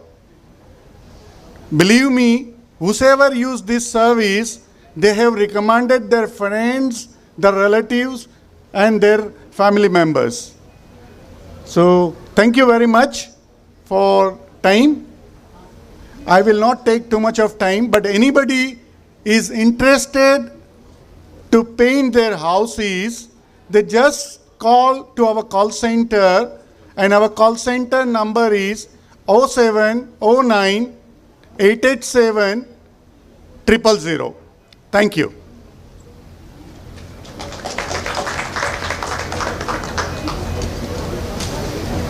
Thank you so much, the representatives, all the representatives from Crown Paint. That was interesting to know about paints. We know more about bodies, but not about paints. So this was really interesting. Okay, so let's move on. I'm being told the next two presenters were not ready and they are shifting to tomorrow. Muki, Rose, Betty, and Lillian Marita. That's correct. We are shifting to tomorrow. Good. So the next presentation is now on AMPATH research program, and I'd like to invite Professor Winston Nyandiko for that. Karibu, Prof. We'll need to keep a bit of time as we are more than 1 hour late in the afternoon sessions, so thank you. Good afternoon. Afternoon, colleagues. It is a very hot afternoon. Can we stand and just stretch, please? It's a healthy. Been sitting for too long.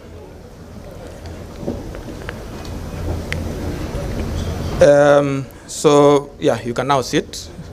I didn't see anybody stretching. People are just standing.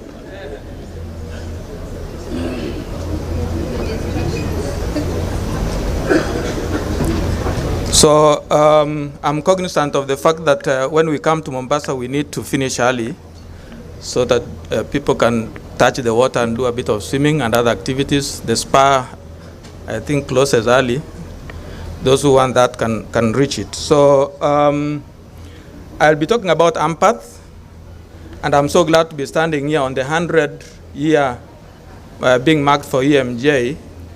My first publication in 2004 was in EMJ, and for those who publish, I think you know the excitement of publishing, especially the first, where you're first author. So I'm very proud to be here to talk about AMPATH, which is an organization which has been in existence since 2001.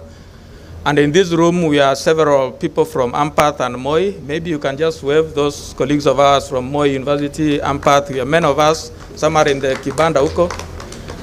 Thank you very much. So quickly, just to mention that in 2001, when we were dealing with the pandemic, HIV pandemic, some 3 wise men sat somewhere in Eldoret and said we need an organization that can deal with HIV in a comprehensive manner. And those 3 gentlemen were 2 whites and 1 black. You might know some of those. The AMPATH then was born to tackle HIV, and the initial name for AMPATH was Academic Model for the Prevention and Treatment of HIV. And I'm here many of us might have heard about it, and therefore might summarize a few things. It has been in the works since 2001 with a model that looks to ensure that we deliver health services and strengthen public sector health systems, and that we develop good human capacity through training and education, advance research to improve underserved populations, and improve access to high-quality medical care, and reduce health inequalities. As you know, in this country, we have a lot of health inequalities. There are some counties where you can get your facility almost 100 kilometers away, areas like Turkana. And how did we do that? The thing is that we joined up 3 organizations. So when you hear AMPATH, is not one, is not an NGO, is not a registered entity.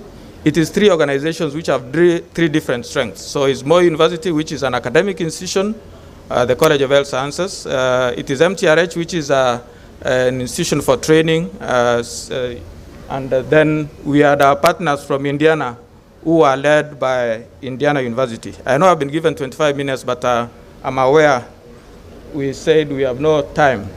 So what are the pillars of this organization? AMPATH leads with care. In fact, today I'm surprised I'm speaking before Prof. Kimayo speaks, because he'll be talking tomorrow about the care program. So healthcare leads the way. But every clinic must remain a classroom and a laboratory for investigation to improve what we are doing next. So in the context of the title for this presentation, we do use our health facilities as the laboratory to learn and to improve. That it will be a collaboration which is mutually beneficial to healthcare providers from medical school, public health systems, and to the patients, and that the decisions we make and whatever we do in terms of our operations should be evidence-based, and therefore we required to have in place an EMR system, electronic medical system, that is sustainable and looks to the future, and that we shall develop infrastructure and commitment to research workforce capacity building for excellence. So the AMPATH research program is under the umbrella of the AMPATH program, which is there's care, there's research, and there's training. So the 3 arms that all our academic institutions usually have. It has got a vision there of being a vibrant, world-class Kenyan-led community of researchers engaged in continuous improvement of health, and some values there. I listened to my colleague from Kenyatta University Teaching and Referral Hospital, and one of the questions I'm asking myself, I hope our medical students can actually eat into that very good technology so that they learn about the science of the future. So we have values of service with collaboration and partnership, integrity, mutual respect, and efforts to eliminate disparities, and of course, sustainable infrastructure. So the historical context, I mentioned that there are 3 institutions that came together in that year 2001 when we were dealing with the HIV pandemic, and each of them had their strengths. Of course, we had many age differences between, especially the Indiana University and our partners from North America mainly, who have now spread to Europe and parts of Africa also. We had differences in research infrastructure. You can imagine a young university, barely 20 years old, collaborating with a 100-year-old university or more. A big, substantial human resource gap. Difference in working ethics and ethos, and of course located thousands of kilometers apart, meaning you must be able to connect in a manner that allows somebody who is waking up at 5 not to be inconvenienced. Recently we had a call where our colleague was waking up actually at 3 a.m. in the morning. So we needed to deal with that, and of course unique disease patterns, that the patterns of disease in the West are different from what we see in our region. So the unique partnership here, as I mentioned, care will drive the way. The research programs are in such a way that we had one research working group in the year 2004 when we were starting the research program. We currently have about 11 research working groups, and each research working group for purposes of equity and also development of human resource and leadership skills are co-led by a Kenyan faculty and a Moi University or MTRH partner. The relationships are long-term, and we do not encourage parachute research. So if you are a partner institution coming to do research with us, we expect you to sign something to say we shall be here for a long time, and this is the area that we want to concentrate in. And that partners will try and increase our capacity. We have shared governance SOPs, standard operating procedures, that are processed through the program, and they go to the parent institutions for ratification. So the Council of Moi University and the Board of MTRH get to know what we are doing. And of course, we emphasize on mutual benefit and equitable management. So what are some of our metrics in terms of evidence of success and impact? You can see from those numbers there, Dr. Luoch said in the morning, if your slides are not legible from the back, it's a useless presentation. I hope mine, you can see something on the left, Dr. Luoch. So ever since we have had over 220 million US dollars for research, which is almost over 20 billion Kenya shillings, research and training. Prof. Kimayo will mention about the over 300 that we've gotten for care. And most of it is from the National Institute of Health. We have increased our community of researchers to over 20 institutions in North America, Europe, and now coming back to Africa, we have some collaborations with Southern African universities, and in Kenya, we are also now reaching out to Aga Khan and University of Nairobi. Research infrastructure, we have had robust infrastructure development. We have a grants management office, which gets visited quite often by other institutions. We have had visitors from KEMRI, from other universities, including Maseno, Jomo Kenyatta, and so on. And we have, of course, increased our space. It is never enough. And actually, we are thinking about having a bigger research infrastructure developed right now and a center of research. We have developed a data and data analysis capacity. We have an ISO certified laboratory and a biobank and a clinical trials unit, which, of course, as you know, clinical trials unit, when you have that, then you're able to do clinical trials of importance to changing policy. And we have also increased the areas of expertise beyond HIV, because as I mentioned, this was initial HIV, but we have gone into many other areas, including oncology, NCDs, adolescent medicine, mental health, which is a very topical issue right now, community-based research, data science, where the world is heading. And you can see, I think, the number of awards that we get year by year on the graph below. So, as I mentioned, we design our projects, implement them, evaluate, and adjust where we need to. And these design programs are both within the research area, and we do implementation science research, and also in the care arena, so that as you do your service and provide care to patients, you're able to improve continually. So how are we organized? We have a leadership where I'm the co-director of research. So I'm a director in Kenya, and we have a director in the US who represents the North American universities.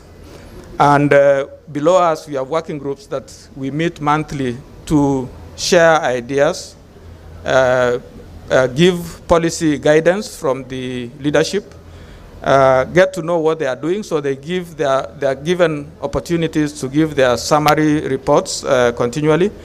And as you can see from this, if you're able to read, we have the adult medicine, pediatrics, basic science, cardiovascular and metabolic disease, pharmaceutical care, mental health, oncology, reproductive health, public health, behavioral and social sciences, adolescent health, and nursing. Nursing is going to be the latest kid on the block in the coming year or so.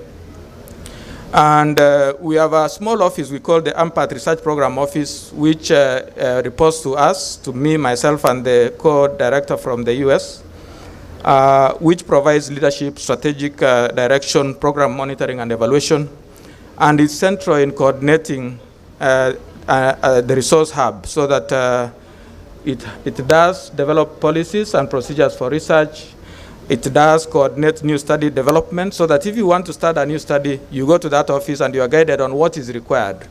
And manage research facilities, because we have a floor where we lease out space. If you are starting a new project, we lease out space to you for yourself and your research assistants and coordinators.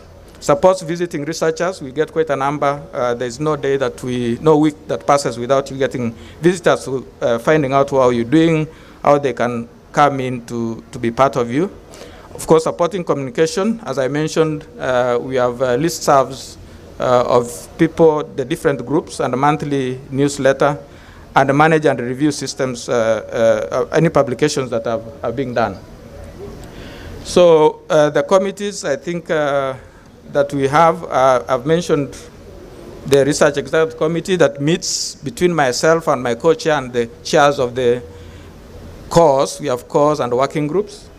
We have a Publications Committee, and this is important. For any publication that is coming from AMPATH research, AMPATH-related research, it must go through a committee which includes people who are specific, technical to that area, to the biostatistician, and also to the institutional heads, to just make sure that there is adequate representation and there is no misinformation about the institutions.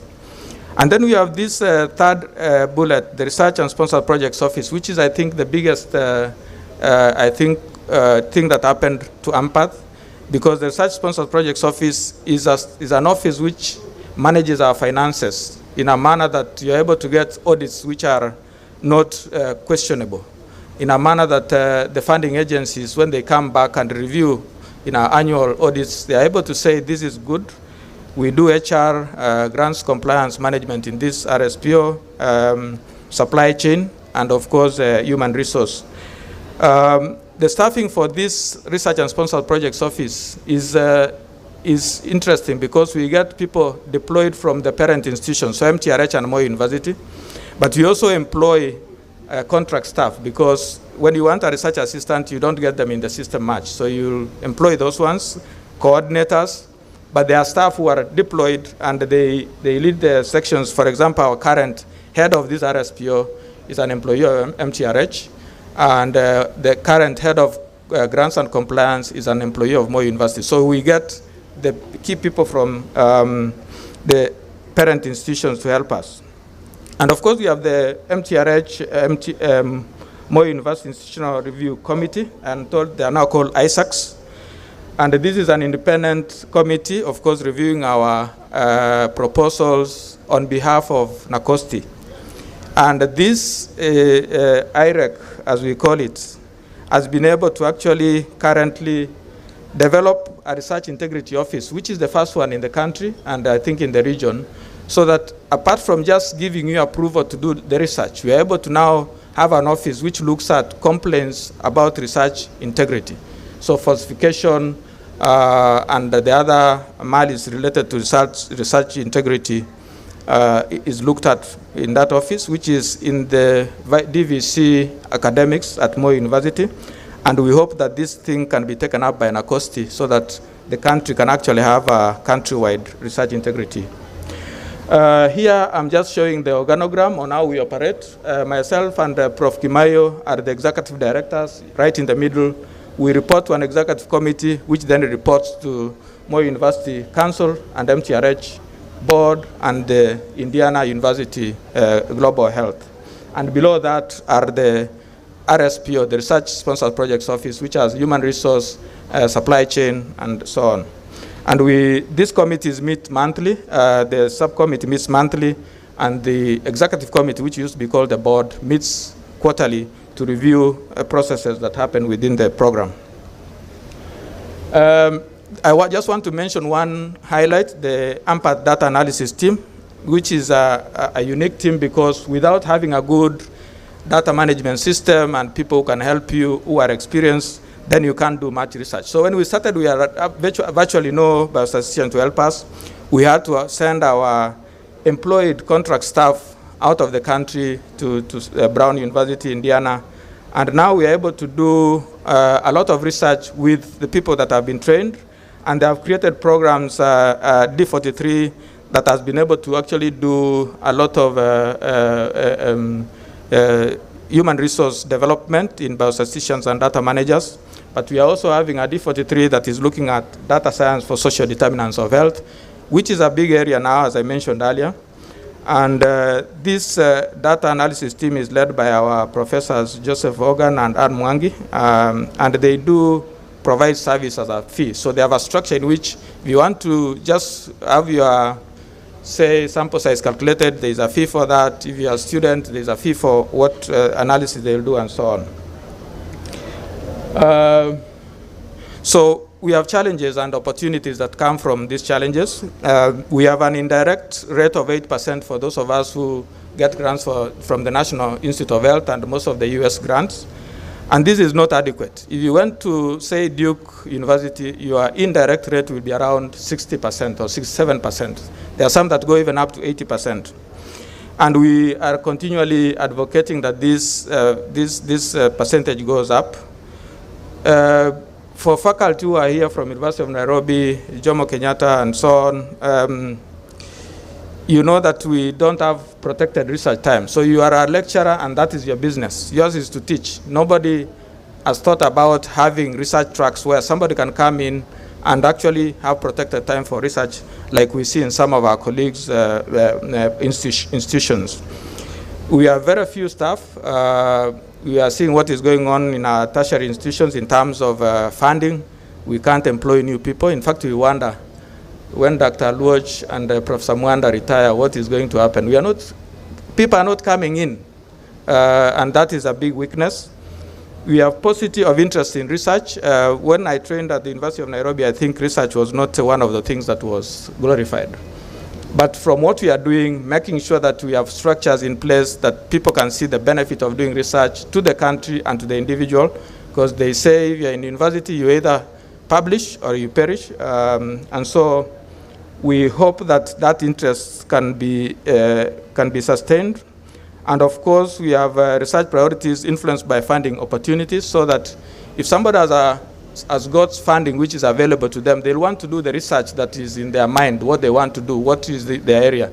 And we are sometimes caught in an area where your priorities in the community are not being addressed or are not being looked at. So what are the lessons we have learned is that long-standing individual and institutional counterpart relationship lead to more stronger and resilient partnerships.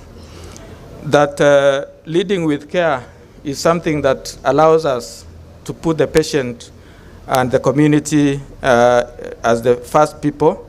And we are committed to improving our infrastructure, and that we see mutual benefits of collaboration in the global arena.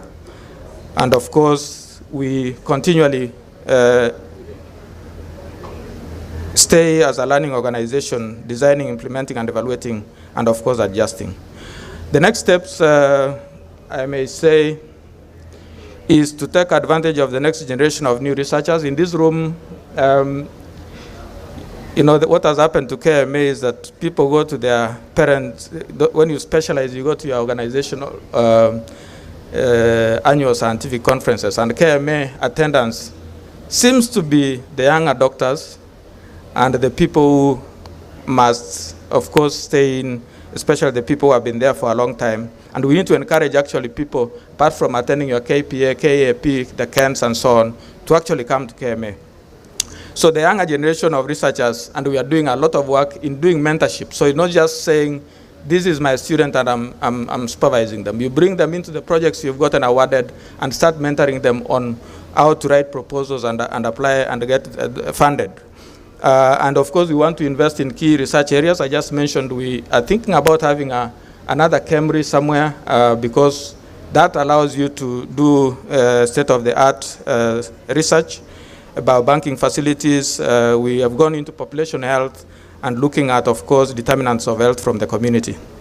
And of course, ensuring that we are aligned to the care program and support it. Obviously, thinking big. You can see my cat there thinks they are a lion, and that's what we are hoping for. So that's the last slide, and Thank you very much. This is a group that was meeting to draft the strategic plan for AMPATH research. And, they say if you don't have a strategic, if you don't have a plan, you will stay where you are. And we always do a 5-year strategic plan to keep moving. Thank you very much.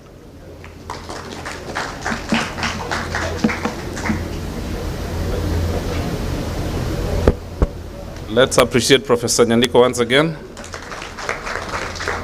Thank you for taking us through a model that has worked on care, research, and training. Next presentation is, I'm not sure whether Steve Joel is he around? Steve?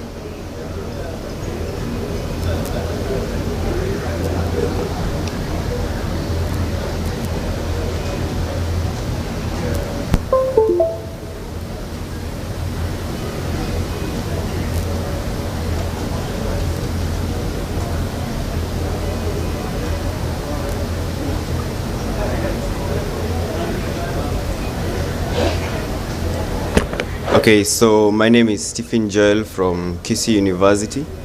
I am a medical student there, and I did a literature review on mental health first aid for suicide. So as doctors, our suicide rates are quite concerning. Doctors' mental health is not usually very stable, and in the event that a colleague is experiencing a suicidal crisis, what is it that you, as a doctor, as a colleague, can do to help them? Maybe before even you can refer them to a more qualified professional like a psychiatrist or a psychologist, what can you do to save the situation, to preserve that precious life before you can help them? So the World Health Organization asked its member states to prepare guidelines that are culturally sensitive to guide a common member of the public to help someone who is experiencing a suicidal crisis. And I took the liberty to analyze 8 of them and compare some of the similarities and some of the differences so that I could assess the transferability of guidelines, because the current trend is becoming that you adopt the guideline of a certain country or a certain organization and try and apply it to your context. But is that really wise? Or is that really rational? Are all guidelines similar? Are all guidelines applicable in all situations? So I wanted to find out how much the different guidelines agree with each other and whether they are transferable across contexts. So what was the methodology? So first of all, the individual papers used the Delphi method. So the Delphi method is a consensus study. So we can't go to the lab and test mental health. But when we are testing suicide, the Delphi method means that you assemble a panel of professionals and consumers. So the professionals would be psychiatrists and psychologists, and consumers would be people who have experienced suicidal episodes or suicidal difficulties in their life in the past. And then you come up with items of intervention, then you put it to a vote. And then if it is endorsed by like more than 80% of the panel, it is accepted. If it is not endorsed, it is rejected.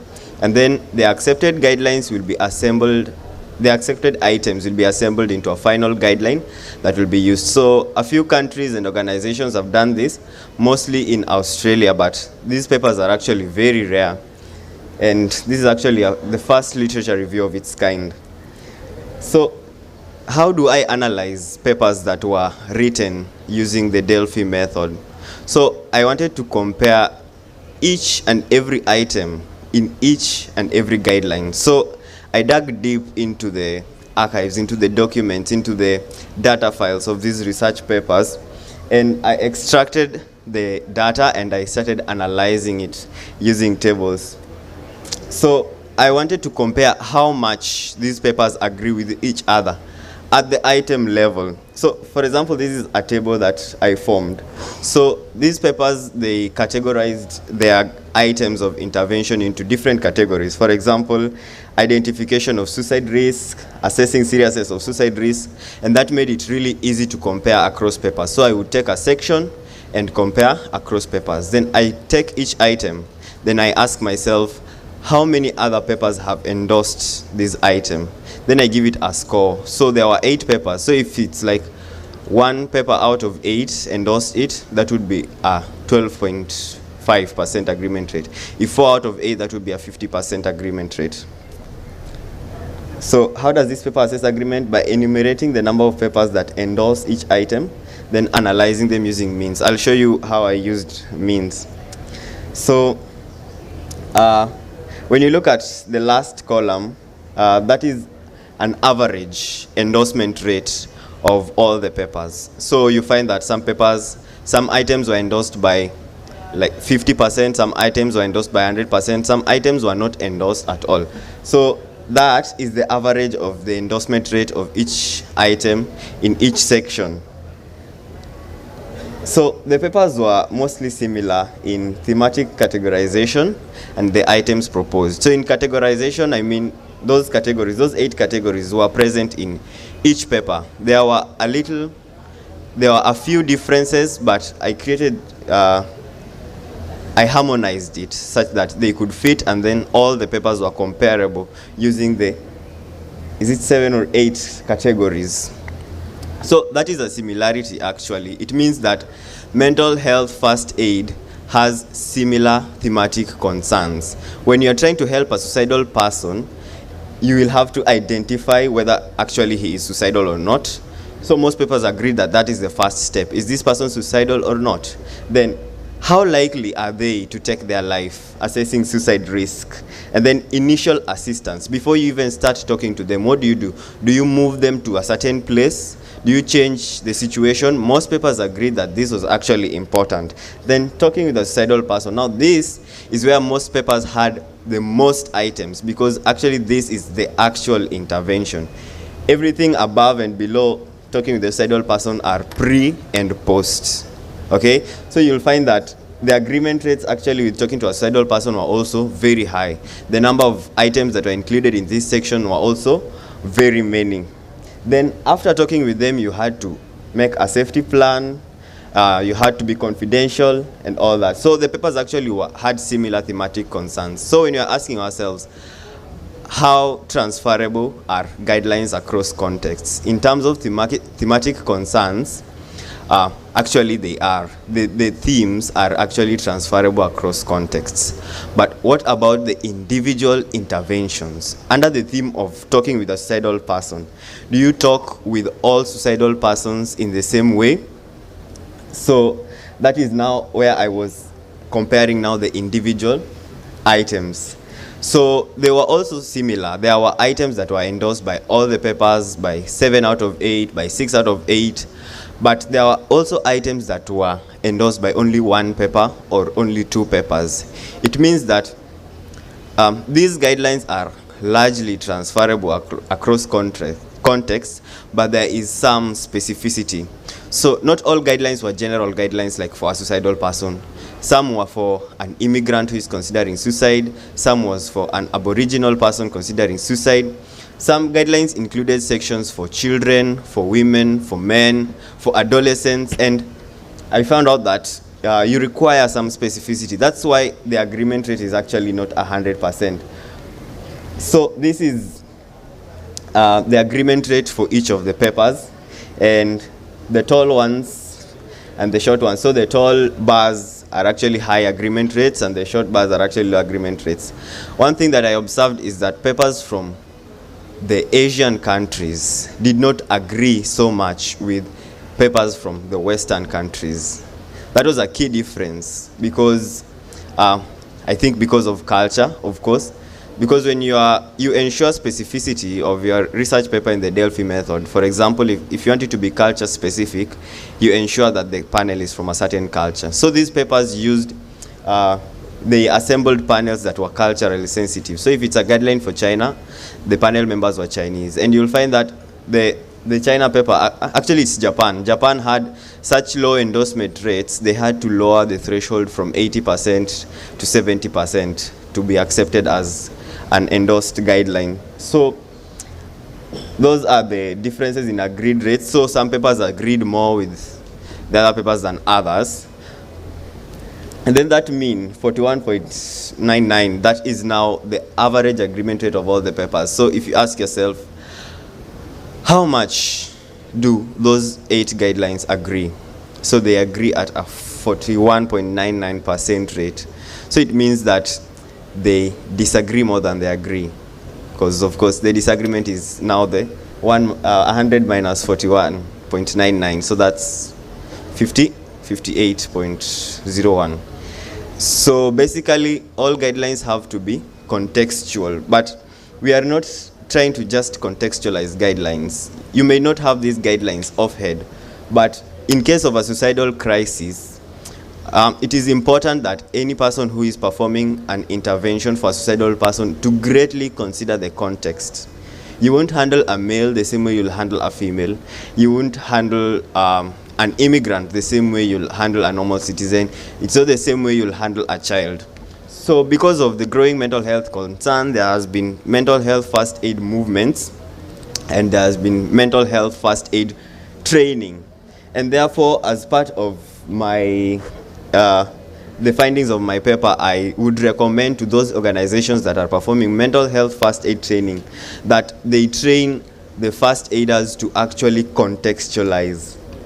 Yes, the first aiders should actually contextualize. Then I would also recommend that we develop the existing guidelines and now make them specific. In as much as there are common sections, there are sections that require fine-tuning. So, for example, I'd suggest to the Kenya Medical Association to take an existing guideline and then form a panel to now make it specific to doctors. And then you circulate it such that when a colleague at the workplace is having a suicidal episode, you know exactly what to do and you know how to contextualize.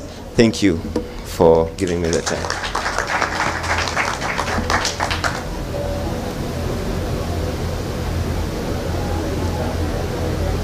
Wow, that was a very nice presentation. And Physician Wellness Committee, Melanie is there. I'm sure you heard what Joel has recommended. Want finally to introduce my co-host this afternoon, Dr. Riaz, a medical oncologist, to give us the final presentation. Then we shall have a plenary. Dr. Riaz.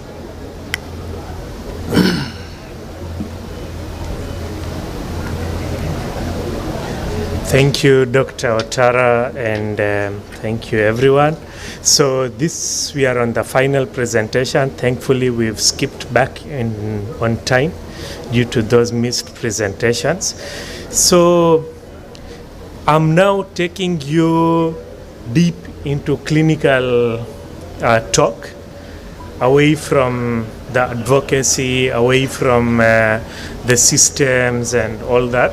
So now we step deep into clinical talks.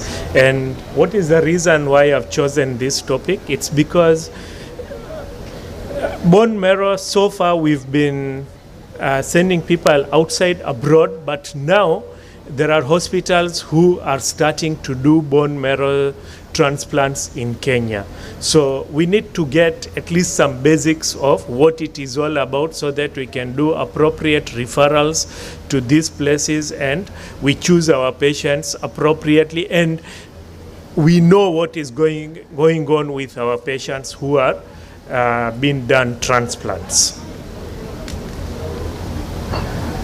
So transplant is not really a new thing. It had started all the way in 1950s, way before I was born. And again, the art was better done in about 1970s, whereby there was HLA matching and the matching was happening. So the technique of transplants was becoming better, and by 1980 and 1988 everything was even improving further and further.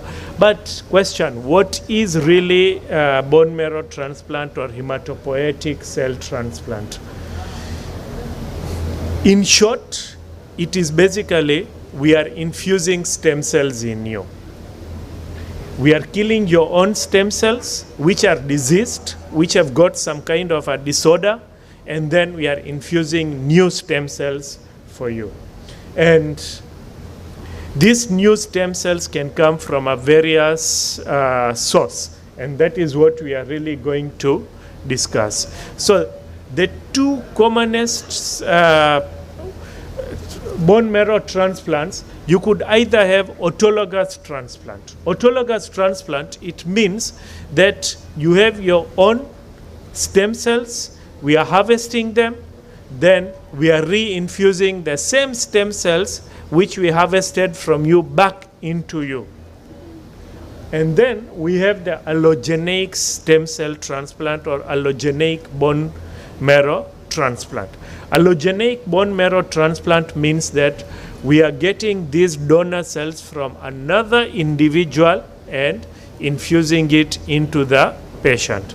So that other individual preferably needs to be a matched related donor. That would be the best. However, sometimes we might not have that, so we might need to get unrelated donor, but preferably matched. And at times, we can have a haploidentical donor. What does that mean? It means that it's not a fully matched donor, but maybe a half-matched donor. And then the new entity that is actually coming up is cord-related blood, or blood extracted from the umbilicus cord of a newborn child. Why is that important? Because that blood which we are collecting, or the stem cells which we are collecting from the umbilicus cord, those stem cells are naive. They've not been exposed to the harsh environment and the germs or anything else in the environment. So they are still naive cells, and they do not have a lot of antigenicity. All right, so this is actually how the process goes. It looks very simple. Some of you might ask, why are we not doing bone marrow transplants in Kenya, or what's so difficult about it? But we'll soon see what the difficulties are. So once we have the patient, I don't know whether this can be seen. Unfortunately, it's too light. Okay, so we have the patient, we do the HLA typing, and then we want to condition the donor. What does conditioning the donor means? Because as we are working, supposing now in allogeneic transplant, I could be a donor for somebody. My stem cells are not swimming around in my body at the moment, so we've got to mobilize those stem cells in the donor. So we give certain kind of medicines which will mobilize the stem cells. Probably you guys have heard like filgrastim or so. That's a granulocyte stimulating factor. We inject it into them. The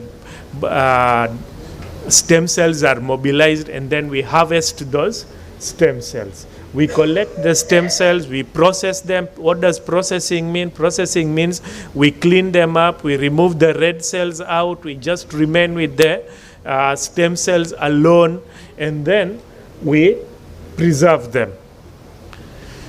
And then for the patient himself, we want to kill the disease which the patient is suffering from. Supposing the patient has leukemia or so.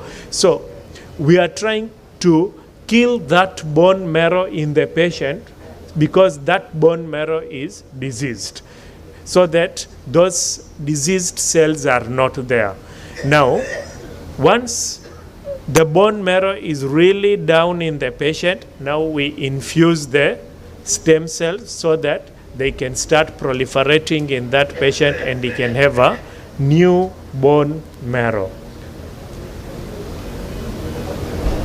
Okay, that was there. If the donor is somebody else. Now, what happens if you are the donor? Like we are taking the marrow cells from you and infusing them back into you. How does that work? What does it even mean? And why would one do something like that? So usually this is for slow-growing tumors or slow-growing cancers. What we do is initially we have actually cured the patient of the disease. We have a complete response. For example, myeloma. Myeloma is a long-term disease. It's a cancer which has got a good rate of response to the drugs and to chemotherapy. So we give you the medication, you respond well to myeloma, we do your bone marrow, we do your myeloma markers, there's no disease being seen, we have a complete response. But if we leave you at that juncture, because this is a slow-growing disease, there might be some cells which are microscopic cells which are lurking around in the body, and just the way we have HIV, you need a continuous treatment because there are some sites whereby the virus will stay there and stay quiescent. Just the same way, myeloma cells will stay quiescent in some place, or some lymphoma cells will stay quiescent in some place. So if we leave you, these cells are gonna grow back at a later date. So if you want to do cure, we have to kill that bone marrow which is producing those abnormal cells, so that we do not leave chance that later on the bone marrow will misbehave and grow that cancer again. So at that particular juncture, we have cleared the disease. What do? We have the patient, we get the stem cells from the body. We mobilize the stem cells, again by using certain drugs which will bring up the stem cells so that we harvest them. Once we have harvested the stem cells, we preserve. Then we give you very high dose chemotherapy which is going to bring your bone marrow totally down and kill the bone marrow, so that you do no longer have your own marrow which is producing the abnormal cells. Now, the cells which we collected from you, we clean them up again. We remove any cancerous cells which we might have also harvested with your bone marrow and the stem cells, and then we re-infuse them into you, so that now only the clean cells are the ones which are growing up with you. Okay, so as we look with time, the rates of bone marrow transplants are becoming higher and higher, both autologous and allogeneic. Now, how do we choose? How do you decide who gets autologous and who gets allogeneic?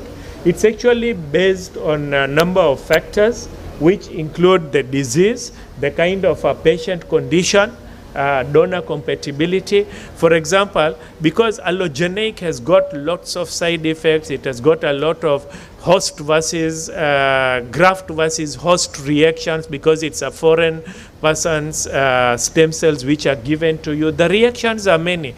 Now, supposing this person is not very well, he's too weak, he's too old, or not in very good condition, we might not want to subject that patient to allogeneic transplant, whereby there'll be many reactions, and we might choose the autologous. Otherwise, if the diseases are very fast growing, again,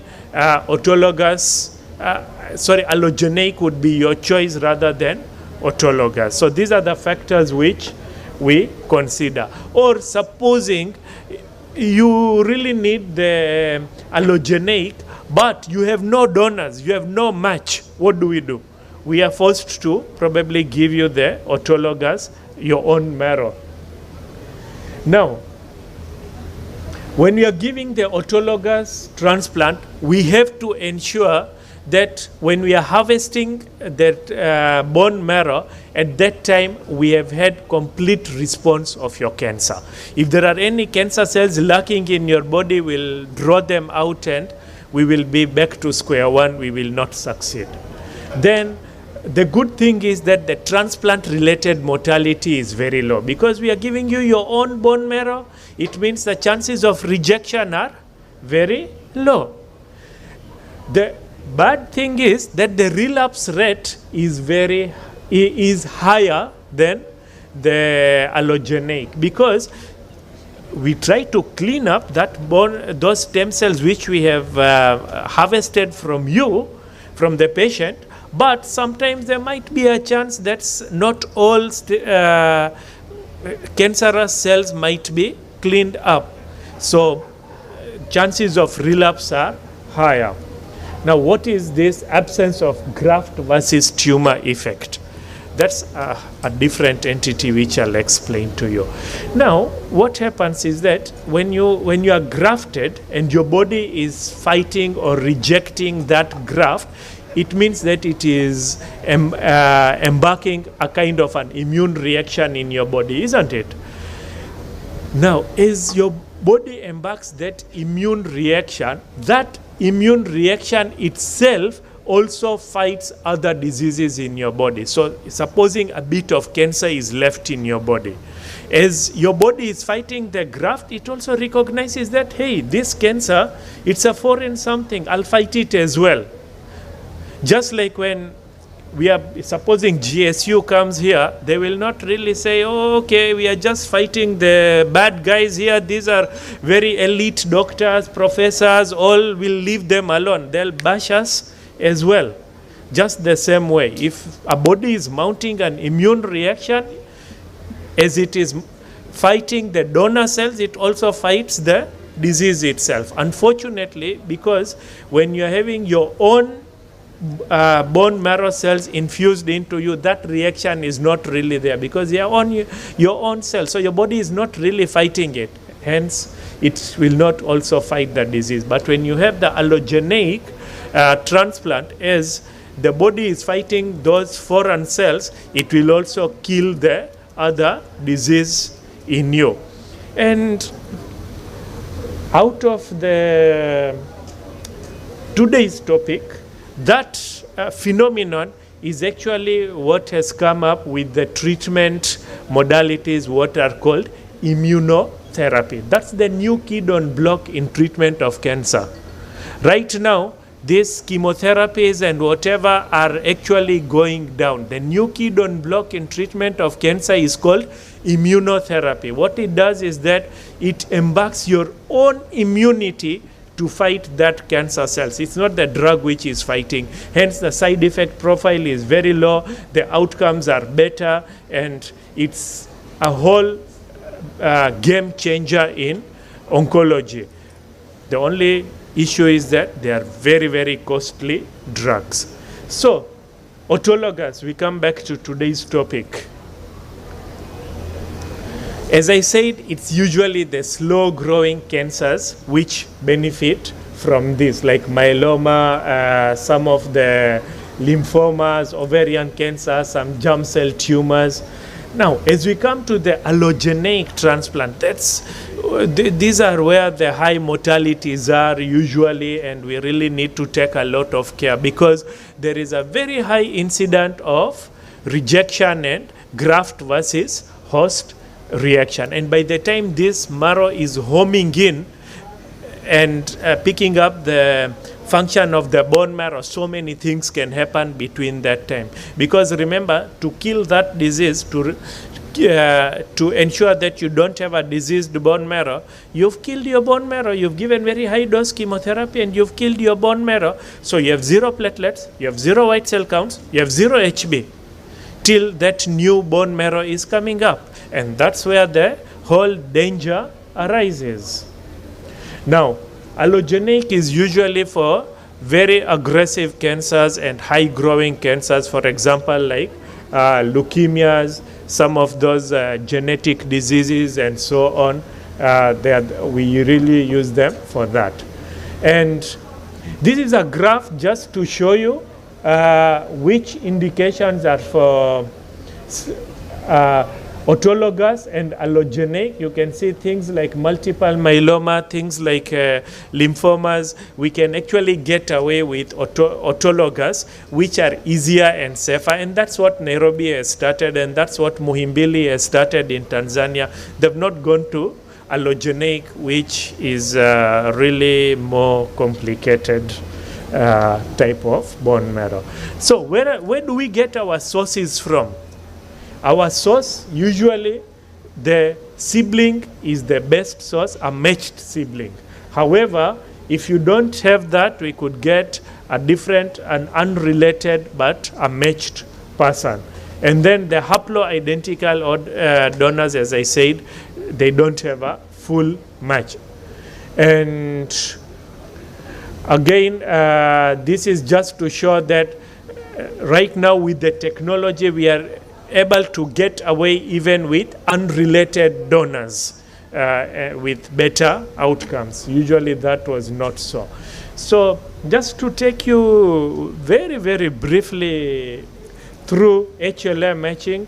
So the bone marrow matching is done on the HLA, which is in chromosome 6. And usually we have class 1, class 2, and class 3. And there is a chance from the mother and father, if you're getting the HLA, there is a 25% chance that your sibling will be a good HLA match for you. Now, when we are preparing the patients, what do we do? So there are two ways of preparing the patient before the transplant. There are two ways of killing that bone marrow. Or we can have a myeloablative, meaning that you kill that bone marrow totally, so that when you put in the new bone marrow, there are 0 cells of the patient at that time, and you want that new bone marrow to home in and take over the functions of the bone marrow. And there are very many regimens. We use high-dose chemotherapy. We also use total body irradiation, radiotherapy, and it depends on what kind of a disease you have. Then there is a non-myeloablative therapy.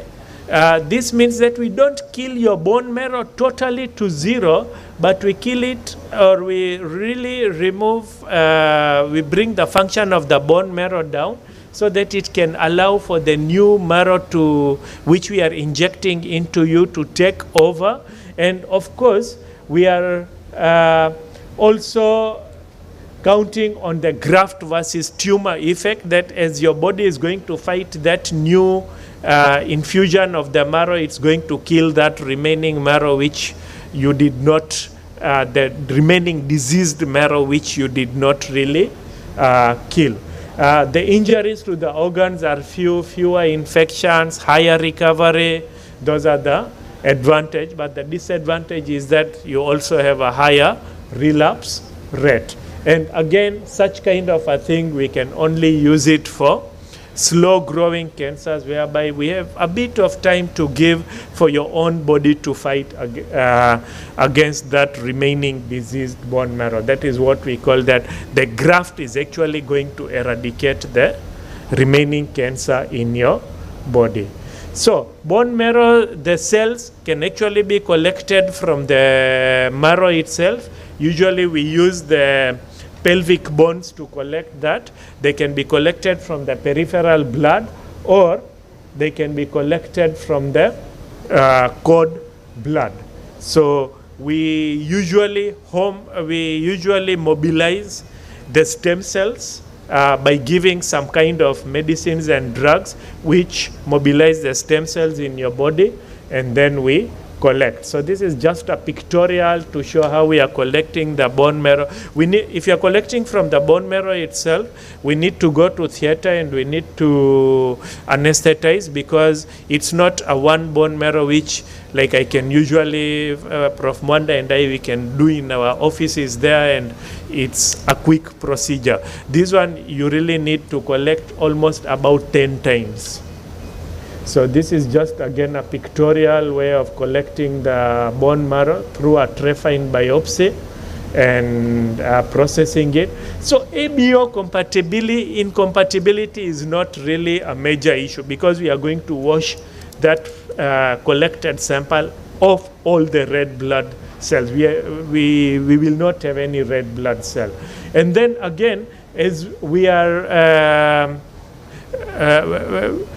cleaning that sample which is collected, we are going to deplete all the T cells. T cells are the ones which have been antigenic cells which are there in your body. So we are going to deplete that so that we have less chances of graft versus host disease or less chances of rejection. And then we are also going to do the purging, which means that we are going to remove any tumor cells which might have been collected together with that bone marrow. And then this is the storage, and then we infuse the bone marrow again into the patient after the patient has undergone hefty chemotherapy and their remaining marrow has already been killed usually. Umbilical cord blood, same way. The stem cells are usually there in the umbilical cord. You don't need to mobilize the stem cells. As a baby is born, there are enough stem cells because a baby is usually born with the stem cells. It's after the baby is born and exposed to the external environment, that's when now those stem cells actually differentiate into what is needed in a baby. So again, this is a graph just to show that cord blood is becoming more of a method of choice because it actually has less complications. The only thing is that the mother to the patient has to have another baby, and not all patients' mothers are in that scenario whereby they can give birth to another baby. So when we are storing them, we usually freeze by using dimethyl sulfoxide. That is cryopreservation, and once we have finished, then we need to heat the blood, the stem cells very, very slowly so that we don't damage before infusion. Now, this is where the danger zone is, because when the graph is going down, that's where the problem is, because that's where the cells are zero. Your white cells are zero, your HB is zero, your platelets are zero, high mortality, bleeding tendencies, infections, ICU stays, and morbidities and mortalities happening before the bone marrow has homed in, the new marrow has homed in and taken place. So once the new marrow homes in and takes place, you are home and dry, successful, and you are very good. So there are so many side effects, all the way from renal, seizures, CNS side effects, gastric side effects, infections, so many of them. And most of them are coming in when your immunity is really, really, really low. And these are what really contributes to the mortality, because you don't have time to tell the patient, hey dude, your cover has run out, these antibiotics are costing so much, please top up so that we can give you the antibiotics.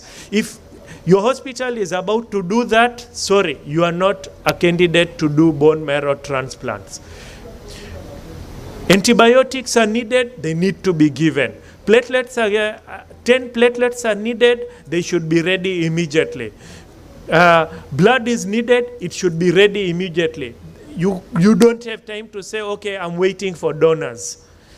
That's not a transplant unit, because those things are really, really critical in that patient at that time.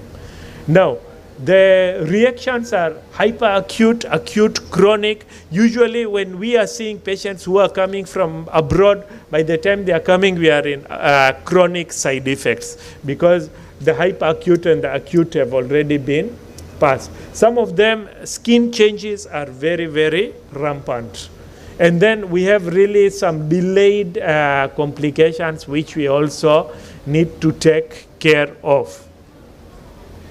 And some of the very late complications are secondary tumors, late infections, recurrence. All these are some of the complications that we really need to take care of. So this is just to show you that bone marrow is not such a simple thing. It looks very simple, but it's not a simple thing. But nevertheless, it's something that we need, because some of the disease, that's the only cure that is left, especially in those high-end leukemias. And this is just to show that the side effect profile, especially the graft rejection, is much less in autologous and better in related matched bone marrow as opposed to unrelated matched bone marrow. Thank you.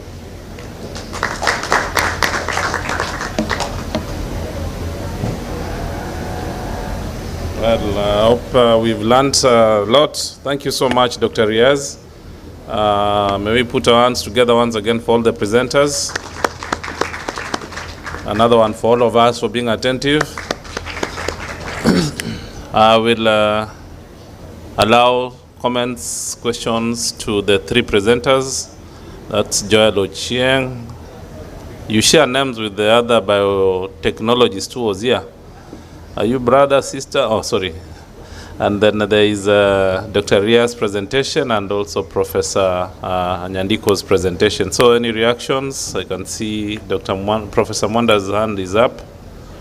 Dr. Yosa, I'm not seeing, oh, that's Marjan, yeah.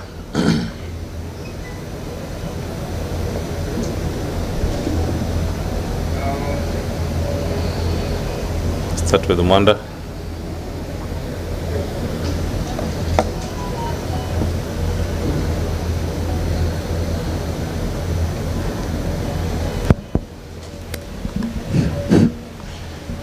Thank you, Chair. Just want to make a brief comment on bone marrow transplant. One, the conditions are usually very strict, and when you need to do so, please have a conversation with one of us. But I think I wanted to say, and proudly so, that we have pioneered bone marrow transplant at the Nairobi West Hospital. So the facility and the service is there with us. But due to the requirements of international regulations, we have to complete certain codes. And one of them is that we started with autologous. And next week, I think we are going to have a transplant on one of the conditions the doctor talked about. Although the cost may not be very different from abroad, but the psychological, the social, the cultural, and everything else would make one improve better in Kenya. If you need to contact the Nairobi West, please contact any of us. And we are a very proud team. Why are we proud? All centers that do bone marrow transplant, they do it for the sake of their citizens. And that's why the bone marrow transplant is very expensive. It's a service to mankind. And the charity begins at home, so they begin with their people. There are 6 centers in Africa. Out of those 6 centers, only 2 are able to get citizens outside their own home countries. What am I saying in effect? Let us support this one of ours so that we can be proud owners of a bone marrow transplant in this part of Africa and this part of the world. Thank you.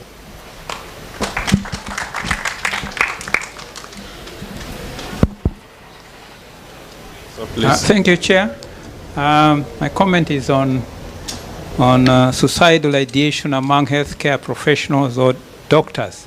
That's an excellent topic, very relevant. There's this young man, I think he's fourth-year medical student. Yes, I was very surprised, actually. On the pre-conference, we had this hands-on on medical journals reviews, the manuscripts, and we are doing systematic analysis. I did that at much later stages. I was introduced to this. But here is a fourth-year medical student, even the professor said, when did you have time to master all this? Very amazing. All to say, I think this is the type of future we want for our young lads. When you start like that, and everybody from everywhere will support you. He taught us very easily how to analyze the journal, a very big journal, systematic analysis. Congratulations, young man.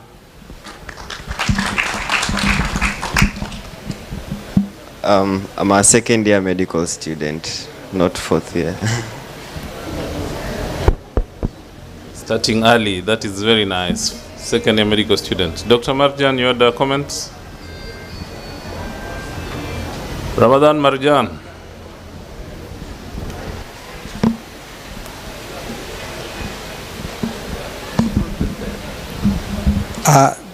Dr. Riaz, almost a decade ago, there was a talk about harvesting or keeping umbilical cord in a bank for use for transplant later on.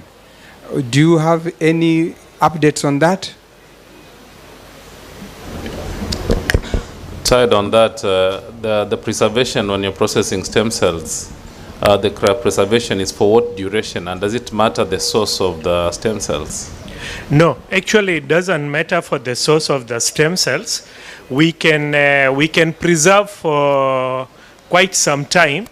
Now, the umbilical cord, they are really trying to do research on that, especially in the West, whether they can preserve.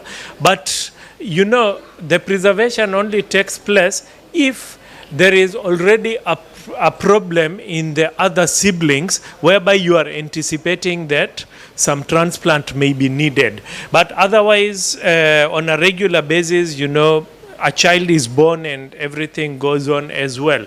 As long as a disease is not stricken, you don't anticipate that you will need that umbilical cord blood. So you don't preserve it. But there are banks all over the world which are coming up, and that's where the matched unrelated transplants are, or donors are coming up. They brief them as MUD, M-U-D, matched unrelated donors. So it's preserved, including some of the umbilical cords. Stem cells are preserved. There's a bank there, and when someone needs and they don't have the relative, then they look for match in those banks. You have any other comment on that, Prof. Monda? Yes, thank you. This one I have to stand up. Yes, there's a bank for cord blood at the University of Nairobi, Gavi Institute. Yes, it can be preserved until any time, ever, so long as the temperature is right, minus 180 degrees centigrade. However, the reclaiming is a problem. When you now want to use it and you have to wash it out, that is the major technology that is really we don't have, but we have it. So the preservation method is called cryopreservation. Yes. The other thing I wanted to comment about, there is what is called the Donald Bank. This is a universal bank. Unfortunately, as of African continent, we don't have any share there. So much so that if one wants to get unrelated bone marrow donor, we get a lot of problems because we have not donated our samples to that bank. And therefore, Chair and Dr. Riaz, this is the opportunity to encourage our people to donate to that international bank so that in future, when one of us, our children, grandchildren, they require it, they may find the person they can match with. Thank you. Professor Monda, you are actually talking to the right person here. If you want cord blood, because as he delivers all the babies, he will be sending to you the cord blood for preservation, and you'll build your bank. Yeah, with just one, please make it brief if we come to the end. I have a two-part question, one for Winston about the empath model that goes together with the leadership for KMA. So I just want to reference back to the comments that were made from the leader from the Ministry of the Environment, talking about how from the environmental side they see health professionals and institutions as a strong partner in their goal to plant as many trees as possible.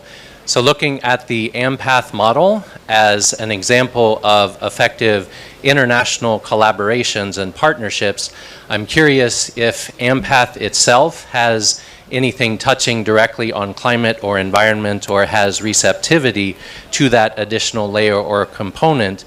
And then the follow-up question for the KMA leadership is, as a follow-up to this conference, is there a potential action plan in place looking at ways that we can sustainably link health and environments in Kenya and in Africa, potentially looking at research consortiums similar to the empath model? Thank you.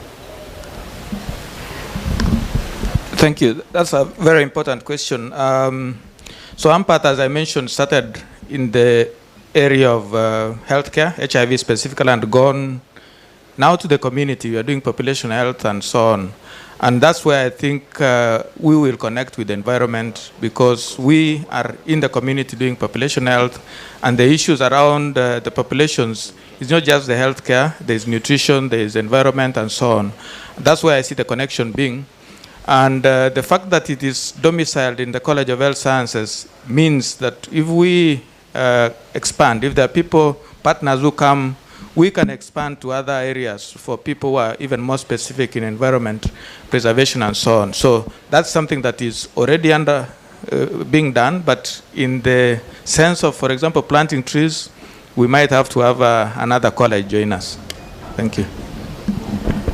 Yeah, from the Kenya Medical Association, yes, we've been involved in a number of activities on environmental preservation. Our divisions do participate in tree planting from time to time during the Environment Day. And of course, with the topic of climate change and health, the National Executive Council has formed a planetary health committee that I'm sure will address what the CS, environment, climate change, and forestry has alluded to. So we're looking forward to get something that can work. And we sincerely are open to get more partners to work with us. So members, thank you so much. It's been a long day. We really appreciate your participation and your patience. We come to the end of the day. We welcome you to take a break and take tea. Please visit the stalls. From today's learning is that tomorrow we need to start on time, so the program is that we are starting at 8:30. Please, let's all be here seated at 8:30. And with that, have a good evening until tomorrow. Bye-bye.